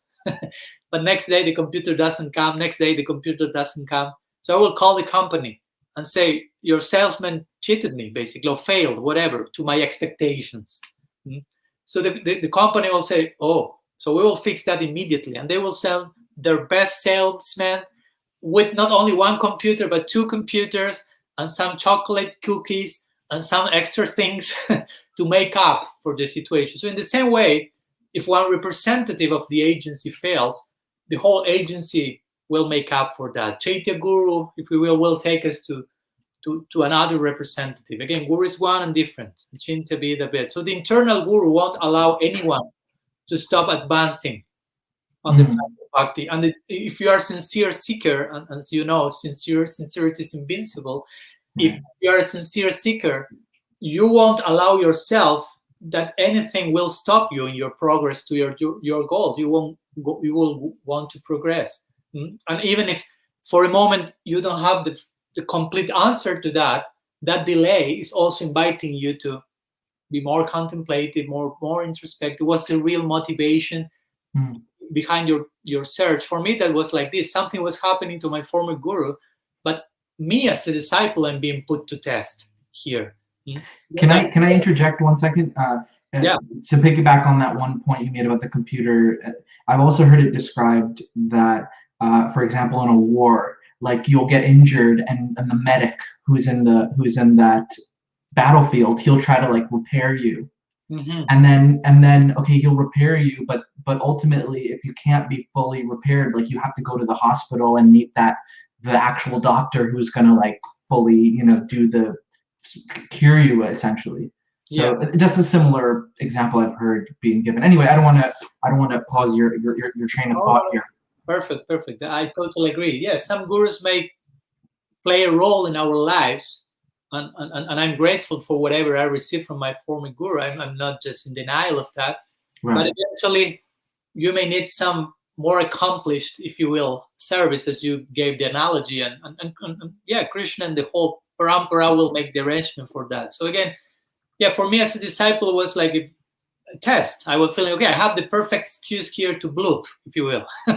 I can enter into victim consciousness and do whatever nonsense I want. But no, this is not the idea, actually.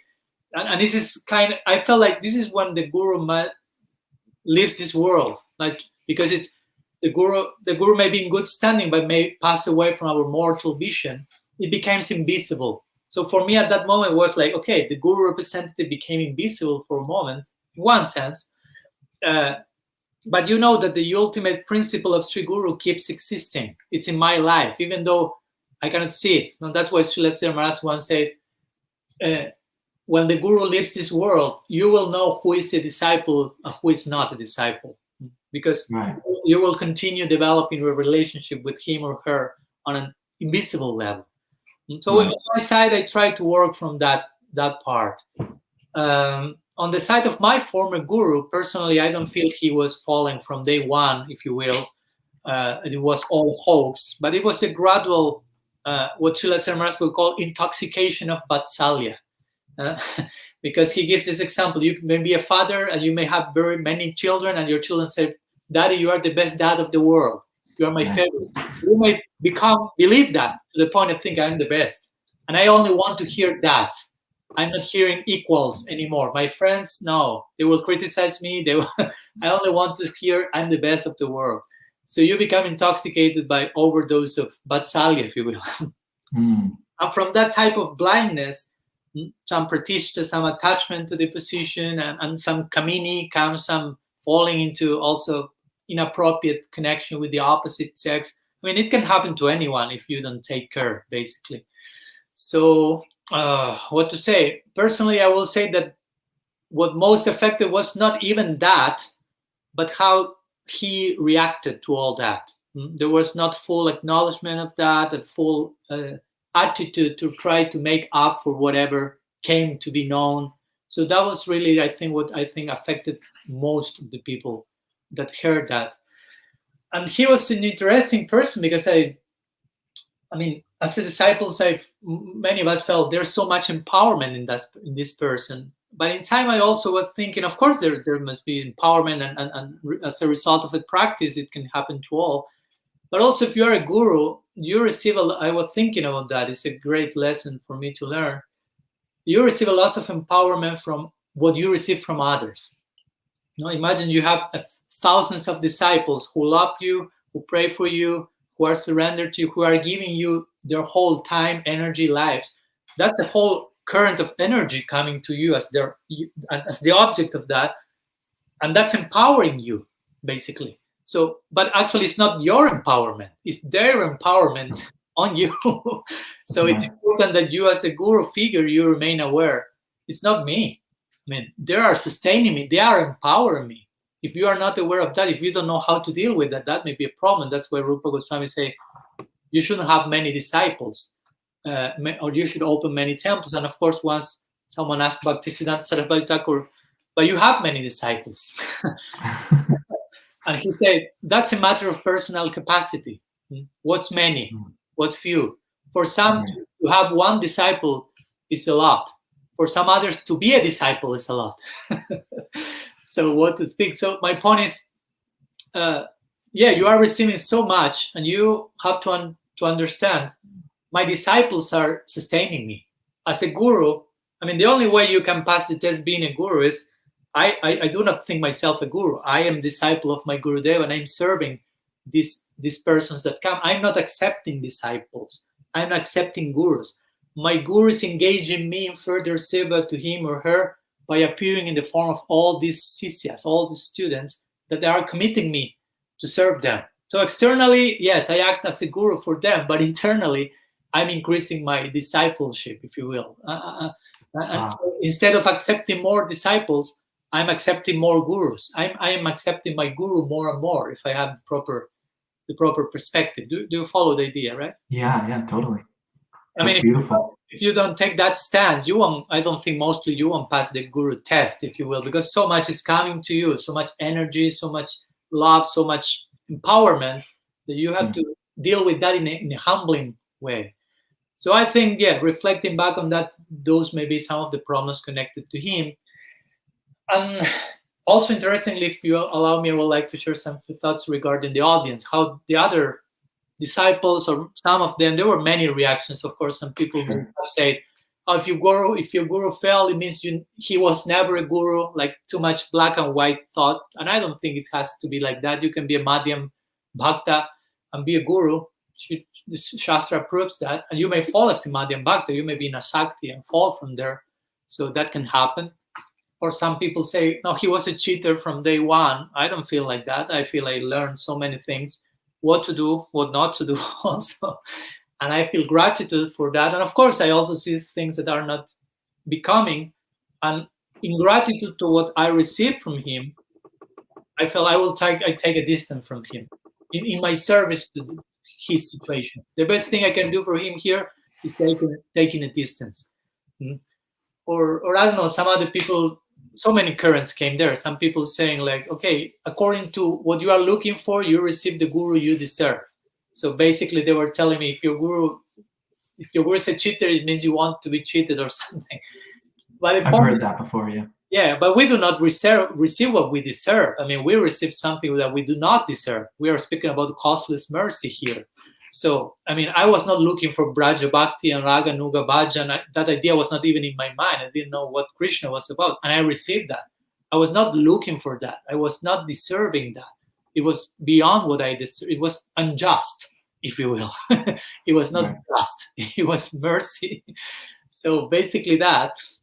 But I will say that one of the things that most surprised me was that some people reacting with lots of hate and wanting that person, my former guru, to suffer a lot and go to jail and go to the hellish planets and suffer life after life.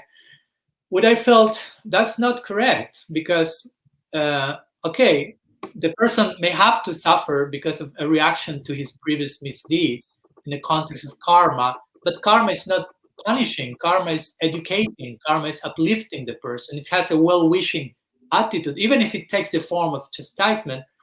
If you want to chastise a person only because that will help them to continue growing, but if you want them to suffer only for suffering's sake, that's cruelty.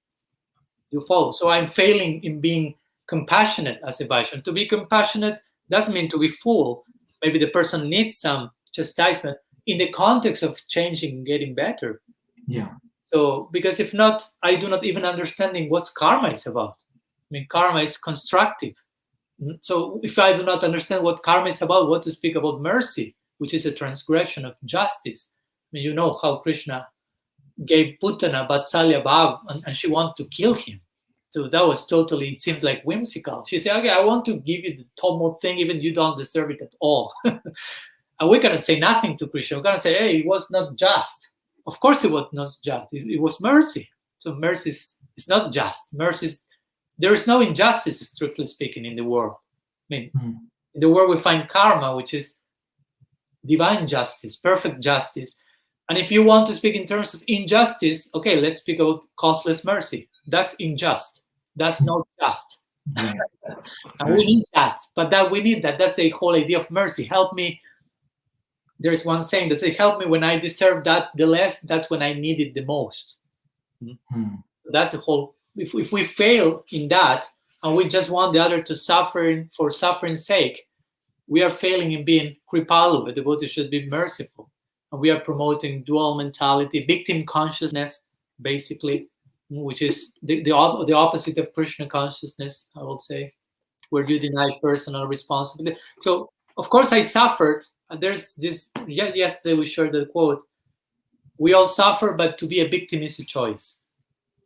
So I suffer in this situation, but I have the choice of, what do I want to be a victim or do I want to take this situation an opportunity to growth? So of course, I'm not interested in being a victim, but I want to become responsible of how do I choose what I choose. I always remember, and with this I'm just closing my idea, Viktor Frankl, he wrote a very nice book, Man in Search of Meaning. And he was a prisoner in Auschwitz concentration camp. You can imagine that was the real test. And he survived that by finding purpose and meaning. So he said a man can be deprived of everything, but still he retains the possibility of giving meaning to whatever is happening to him or her. So of course, for us, it's not so much about creating meaning, but there is already some inherent meaning, what's happening, and trying to discover that. So that's how I try to deal with the situation. Of course, the scriptures on one side say, if your guru behaves in this way, you should immediately abandon him or her. But also other parts of the scripture, Krishna Bhajanamrita, Silasya say, if your guru is deviated, you should wait for a minute to see how, if he or she changes. You should advise him. You should try to advise him, please, Guru Maharaj, go back to the proper path. I did that. In my case, that was a weird thing. I never imagined having to say that, but I tried.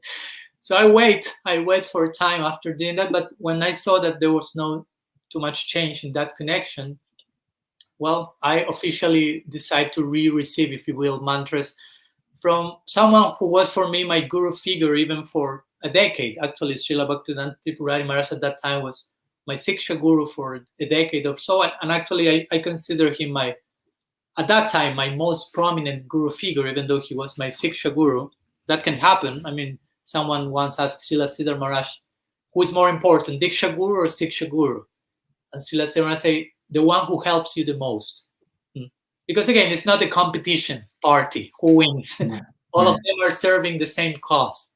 So that's how I eventually received the mantra from him. And well, today I find myself trying to surrender in his service, trying to support also, of course, other devotees who are in their transition periods, ex-God brothers of mine, if you will, God sisters. And well, of course, speaking in this podcast is part of such an attempt of serving my Gurudev, serving the Gaudiya community, and my gratitude for your invitation, basically.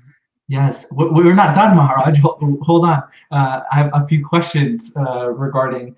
Okay. I find first point is that I find it really refreshing that when you said how one way to react to it was hate or to try to tear the person down, and that, oh, they never helped me and like that. And the way you took it was really like, it just shows your Vaishnava qualities of how, okay, I don't have any bad feeling. But a question according to that point is that we see the guru as, Shakshad hari-kirtana samasta shastra. It says, now when you have invested so much of yourself and your feelings and your intelligence and everything into someone, and that someone kind of sort of fails you. I mean, it doesn't even have to do with a guru figure. Like we can use this as even in our any part, any relationship in life. Even when you went to another guru, didn't your faith in guru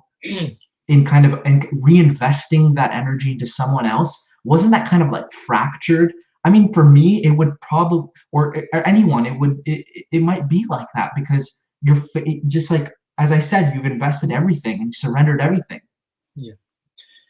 Yeah, I totally understand your point, and I agree with your idea. I had the fortune, as I mentioned, of having Srila Tripurari Maharaj as my main guru figure for a decade. So for me, that situation was different from other of the devotees who only had this other person as their main reference point, and suddenly that was not there. So there was like a limbo, like the floor was out of them, and they were like, what to do now? In my case, I had this, my main guru figure was my Siksha Gurudev, at that time, Srila Tripurari Maharaj, now my Diksha Gurudev. But I understand that for most of those who, as you say, investing their whole life from tip to toe in one single direction, suddenly that's not working anymore. And they know, they feel the need, and even they know we should continue and so on. But it's a whole process to trust again. The same way, with the same intensity. I'm not saying it's an easy task, but I wouldn't say it's impossible either. So again, at that moment, we are being put to test as disciples. The other person with the problem for sure is being put to test, but we should concentrate, okay, where are I being put to test here? How I can deal with this problem? Because again, the guru is still there. If you have understanding of Guru Tattva, you understand the personality, the soul, but the principle of Guru Tattva remains existent, dynamic, and the flute will sound somewhere else. Again, it's easier said than done, I know. And for some devotees, that may take years of recovering and processing, or I don't know. I like Krishna, but I do not speak about gurus anymore. That happens. So many possibilities are there. And of course, you have to respect that. You are not trying just to impose the siddhanta is this, you have to reaccept the guru, blah, blah, blah. Everyone is in their own process, and we are, at least personally, I try to accompany them as much as I can. So it's a complex stage. It's not a joke, and every single case is so unique. But at the end of the day, it's about being sincere and continue growing. So the comment section here is, it's been going, but I haven't been looking at it so much because I really want to pay attention to what you were saying. But let's look at some questions here. I'm concerned that loving one's guru despite their imperfections could be applied to gurus whose imperfections prove they're not qualified to guide disciples. Any comments? Very, very good question. Yes, for sure. Of course, we were speaking in a general way, not entering into specifics and details. And when I said loving the guru despite their imperfections, of course, I was not referring to certain, let's say, delicate imperfections that really are not are basically showing that person is not in the position to be a guru. Now, I was speaking mostly in terms of certain details more than principles, if you will. So if a guru is mistaken in details, it's not speaking about their standing, if you will, in Guru Tattva. Let's say, wherever the case. Famous example, once Srila Siddhar Maharaj was installing some deities, and Prabhupada Bhaktisiddhanta came later, and Srila Siddhar Maharaj was not famous for being expert in ritualistic performance and knowing all the technical details, but he was known as being a fully surrendered devotee. So one devotee asked Prabhupada Bhaktisiddhanta, is the deity present? Because Srila Siddhar Maharaj someone made the installation, but didn't follow the whole procedure. And Prabhupada Siddhanta didn't ask which was the failing in the procedure. He asked who was the person. And they say, Srila Sridhar Maharaj say, whatever a surrendered soul does is perfect. Wow. So I was referring those details. There may be some imperfection, and we should, of course, that's not an excuse to be blind to other imperfection that sometime, unfortunately, may come in some guru representatives that have to be seen, have to be acknowledged, as I personally had to deal with, and take the proper stance to that. Of course, that's another important thing for sure, and it will take different forms according to each situation. Yeah. I'm not going to address the really technical questions. Maharaj will be able to address those on Facebook or via private message. I'm going to, after we're done, I'm going to put his contact information, so whoever has some real technical questions. But how is the controversy expressed in the different Gaudiya Sanghas? In other words, what are the beliefs that are preached that are based on the idea that bhakti is inherent in the jiva? I think we addressed that. Yeah. Yeah, we did address that.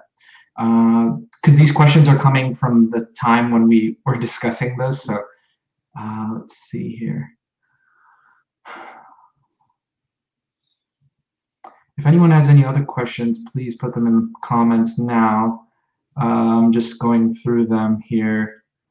Some are really long as well. Anyway, a lot of appreciation for Maharaj and what he's saying. Okay, here's something. This is an interesting one. Who says the 6 Goswamis are the architects of the Sampradaya? Some people say A.C. Bhaktivedanta Swami is the founder of the Gaudiya Sampradaya. Be careful what you say, Maharaj. Well, if someone say that someone like Srila Prabhupada is the founder of the Gaudiya Sampradaya, the question is, so what was the Sampradaya before Srila Prabhupada? I mean, it was some, right. What was that? No, and again, by saying this, I'm not downplaying what Srila Prabhupada did, which was like totally out of this world. I mean, without parallel. But again, in the name of glorifying the Guru, we may over-glorify the Guru also sometimes, to the point of saying Prabhupada opened his own Sampradaya, and that won't be pleasing to him. That's my point. I mean, we have to know how to glorify the Guru. If I say my Guru is so incredible that there's no more need of any Gurus, that's not proper glorification of the Guru. That's over-glorification. So regarding the Goswamis being the architects of the Sampradaya, of course, this is a particular expression that my Guru Maharaj uses, but actually it's beyond what he said. I mean, this had been stated along the different generations that came even after the Goswamis, to begin with Krishnadas Kaviraj Goswami, who wrote the Chaitanya Charitamrita, who is basically the final word about Mahaprabhu, and which is deeply based on what Rupa Goswami said in his book, what Jiva Goswami. There he glorifies the Sandarbhas of Jiva Goswami like nothing, Rupa Goswami. So on one side you have that emphasis, then the poetry of Narottam Das Thakur, you have that emphasis referring constantly to the Goswamis. In Vishwanath Chakravarti Thakur, he in the Raghavarma Chandrika refers to the Bhagavatam as the ultimate scriptural authority, and immediately he says Bhakti Rasamrita Sindhu and books like that of the Goswamis. So in that sense, we can see, and also of course by studying the systematic presentation of books like Bhakti Rasamrita Sindhu, Sat Sandarbhas, Brihad Bhagavatamrita, you really see they are giving shape to the whole theology of the Sampradaya, because at the beginning it was basically Mahaprabhu being volcanic eruption, basically, like Srila Sridhar will call golden volcano of divine love. So Guru Maharaj says it's like a waterfall. How to approach a waterfall? That's scary. So the Goswamis made a lake from that waterfall through their books. They make some soft institutionalization of the Sampradaya by writing their books and giving shape to all that Mahaprabhu was about. I mean, if you study the books of the Goswamis, to begin with Bhakti Rasamrita Sindhu Sat Sandarbha, there's such a systematic establishing of what Gaudiya Vedanta is about. I mean, there's no way of doing away with that. But we have to go through that study that Prabhupada himself said, please study the books of the Goswamis, please study the ancient commentators and so on. There's not any more questions that I feel we can address at the moment. There is a lot of technical questions, but I wanted to just give you a little moment to say some concluding words, and also want to say we're going to have Maharaj on again. I want him to be a regular guest to discuss these different controversies. We're at part 1. We can have part 2, 3, 4, 5, 6. I personally am getting so much from this conversation, so I'm being a little bit selfish in that way to continue to bring you on. But I also wanted to ask you, when is the book going to be done? That's a good question. I'm asking the same. But my Guru Maharaj, as I mentioned, my Guru Maharaj is editing that. So of course, Yeah. he's also working on his own forthcoming book. So it's quite busy. So I'm really not sure when that may be ready. And after his editing, we will do some proofreading and layout. So I couldn't have a date. Hopefully this year or maybe next year. I cannot tell. But if someone is interested, of course, we will be sharing the news eventually, or they can also contact me in some of the different social media places I am, and I can eventually share the news about that, because there will be some page for announcing the book and so on. So I hopefully soon. Okay. Bhakti Rasa Mataji says, Namras, here's a question. I actually can't see the thread. I can only see comment. Like there's actually like a comment and there's a reply to that comment. So I think you're making a reply to that comment and I can't see it. So, okay, here's a question from Janavi. Does Maharaj see hope for the future in more unity and diversity among the various Gaudiya Sanghas and mutts? Please elaborate. Very good question. Yeah, well, the elaboration will be a different episode altogether, but thanks, Janavi, for the question. And of course, yes, if I'm here today speaking with Namras and all of you about this topic, is because I have hope in that. No, I'm not just here trying to show I'm right and this is the ultimate conclusion and so on, but to promote dialogue, and because I know there is place for dialogue. As I mentioned, the beginning of the idea for speaking about this was myself speaking with devotees like Gul Pradeep and Vasudev and other devotees from other missions that we are starting to get to know each other, and we really feel the necessity of dialogue and communication. And with this doesn't mean you have to join my mission and take shelter in my guru or nothing like this, but to retain the beauty of all that Gaudiya Vedanta is about, which means unity and diversity. The two components are crucial to each other. Like they say, diversity is the spice of life. But if you put too much spice into the meal, that will ruin the whole thing. So you need also unity. But if all of us think the same thing, is boring.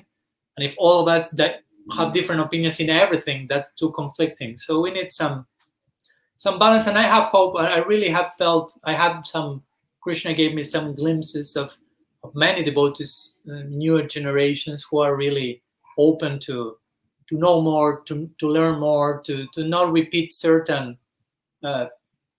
mistakes from the past. And with this, I'm not blaming anyone. I'm just saying that that's how life works. We have to learn from the past, and we have to be grateful for those mistakes from the past, so we cannot repeat them in the present, so we can engage in higher mistakes, if you will.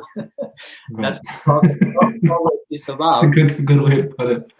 So I really see hope, because if I wouldn't see hope, for me, that would be really discouraging. I'm not the person who is just about my guru and my mission and that's all, because there is a whole Gaudiya, again, family, and we are to live together somehow or other in the ultimate destiny we are projecting to. It's not that we have the ISKCON and Gaudiya Math and this mission and that mission. I mean, we may be in different corners of the street, but we will be meeting each other in service for eternity. So I think it's nice that at least we begin by having dialogue, by speaking, by opening ourselves to hear each other. Hear each other is a really important thing. Shravan. It all begins with Shravan, then Kirtan, Smaran.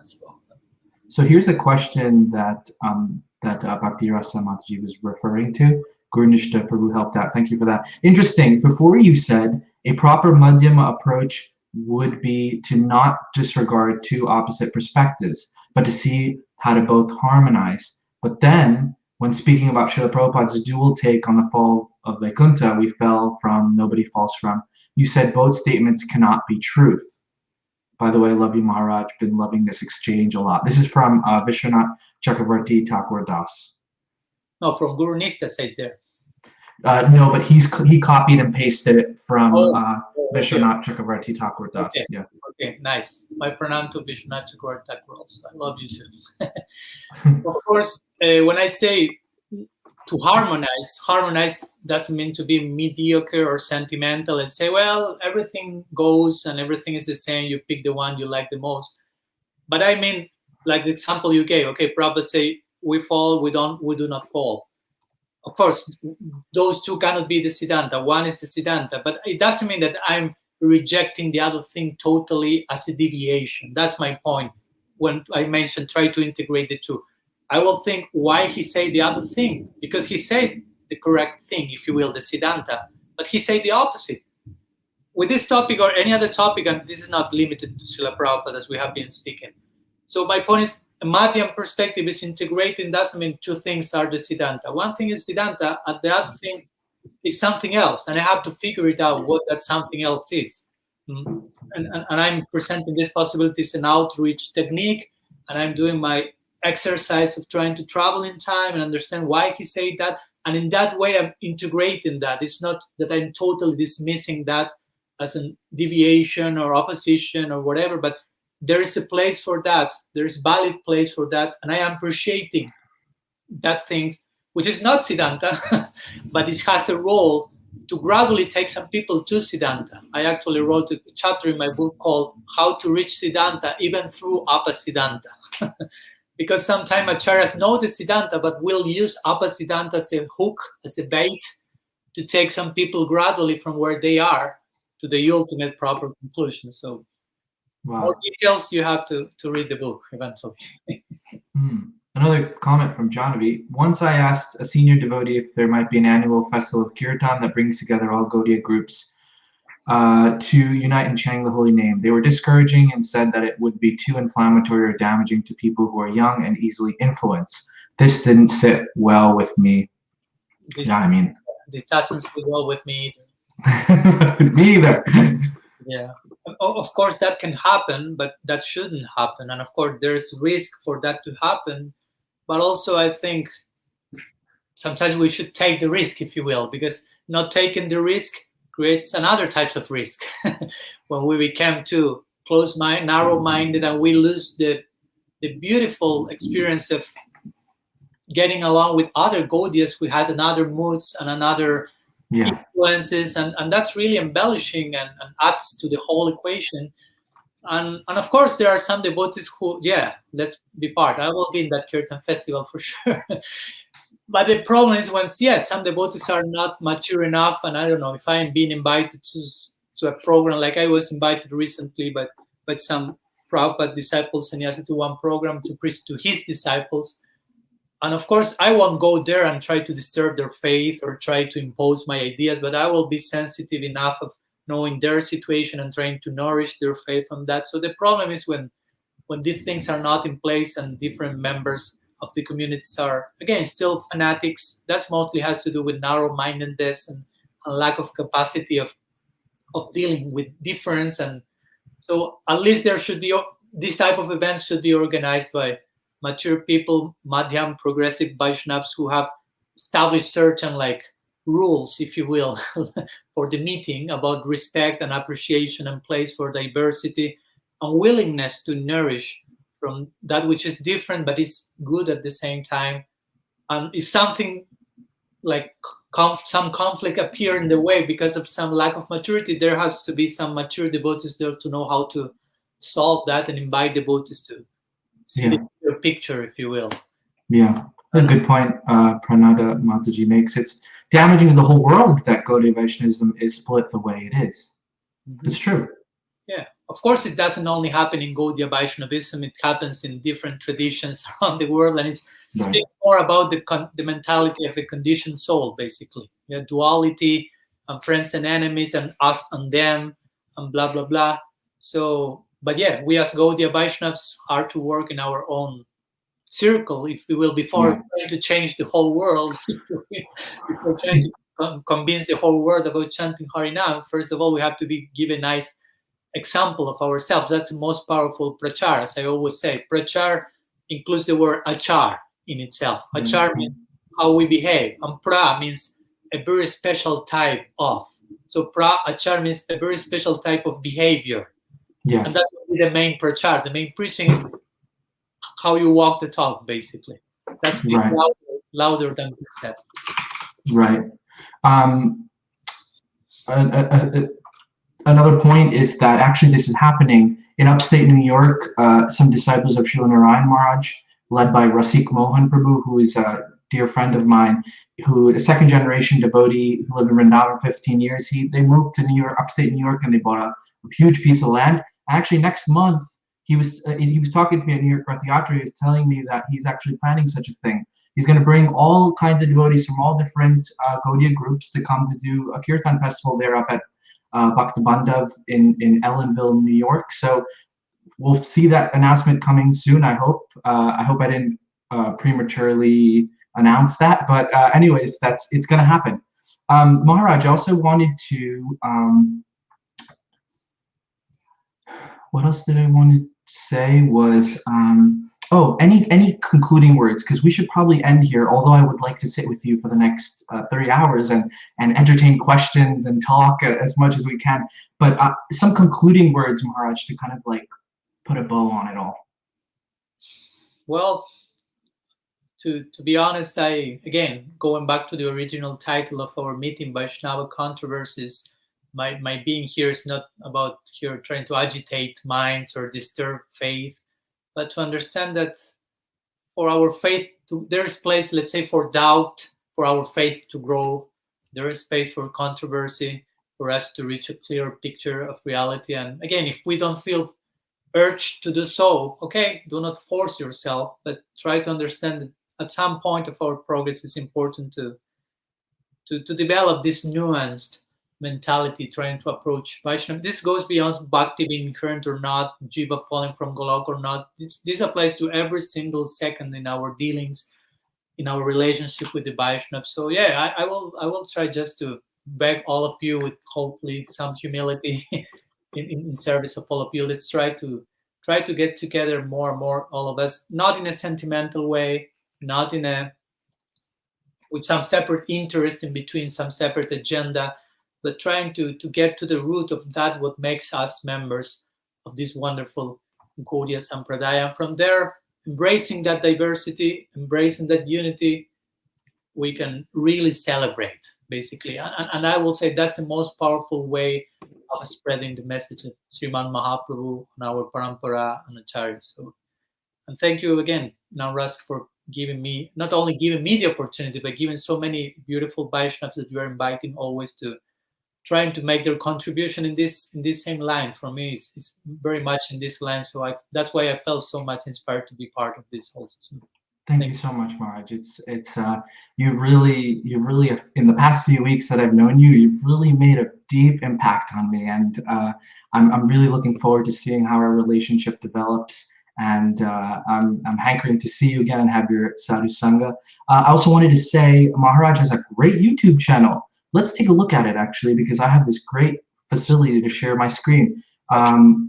Look, this is whoever wants to check out Maharaj's YouTube channel, they can find it here. Swami B.P. Padmanabha is the name of the channel. There's some wonderful playlists of lectures that he's given. Every lecture that he gives actually goes up here. So what I've been listening to recently, I just want to make a little personal here, Vaishnava etiquette. This is a fantastic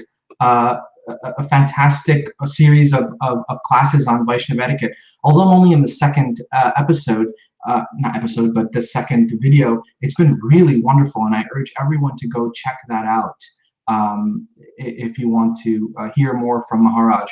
Also, he's on all other social medias as Swami B.P. Padmanabha, and if you want to get in contact with him, he's on Messenger, and you could contact him there for further discussion. I don't want to stop this episode, Maharaj. I really don't. This is it's been really fantastic. But thank you everyone for listening. If you love this episode, please share it. Please share it on Facebook.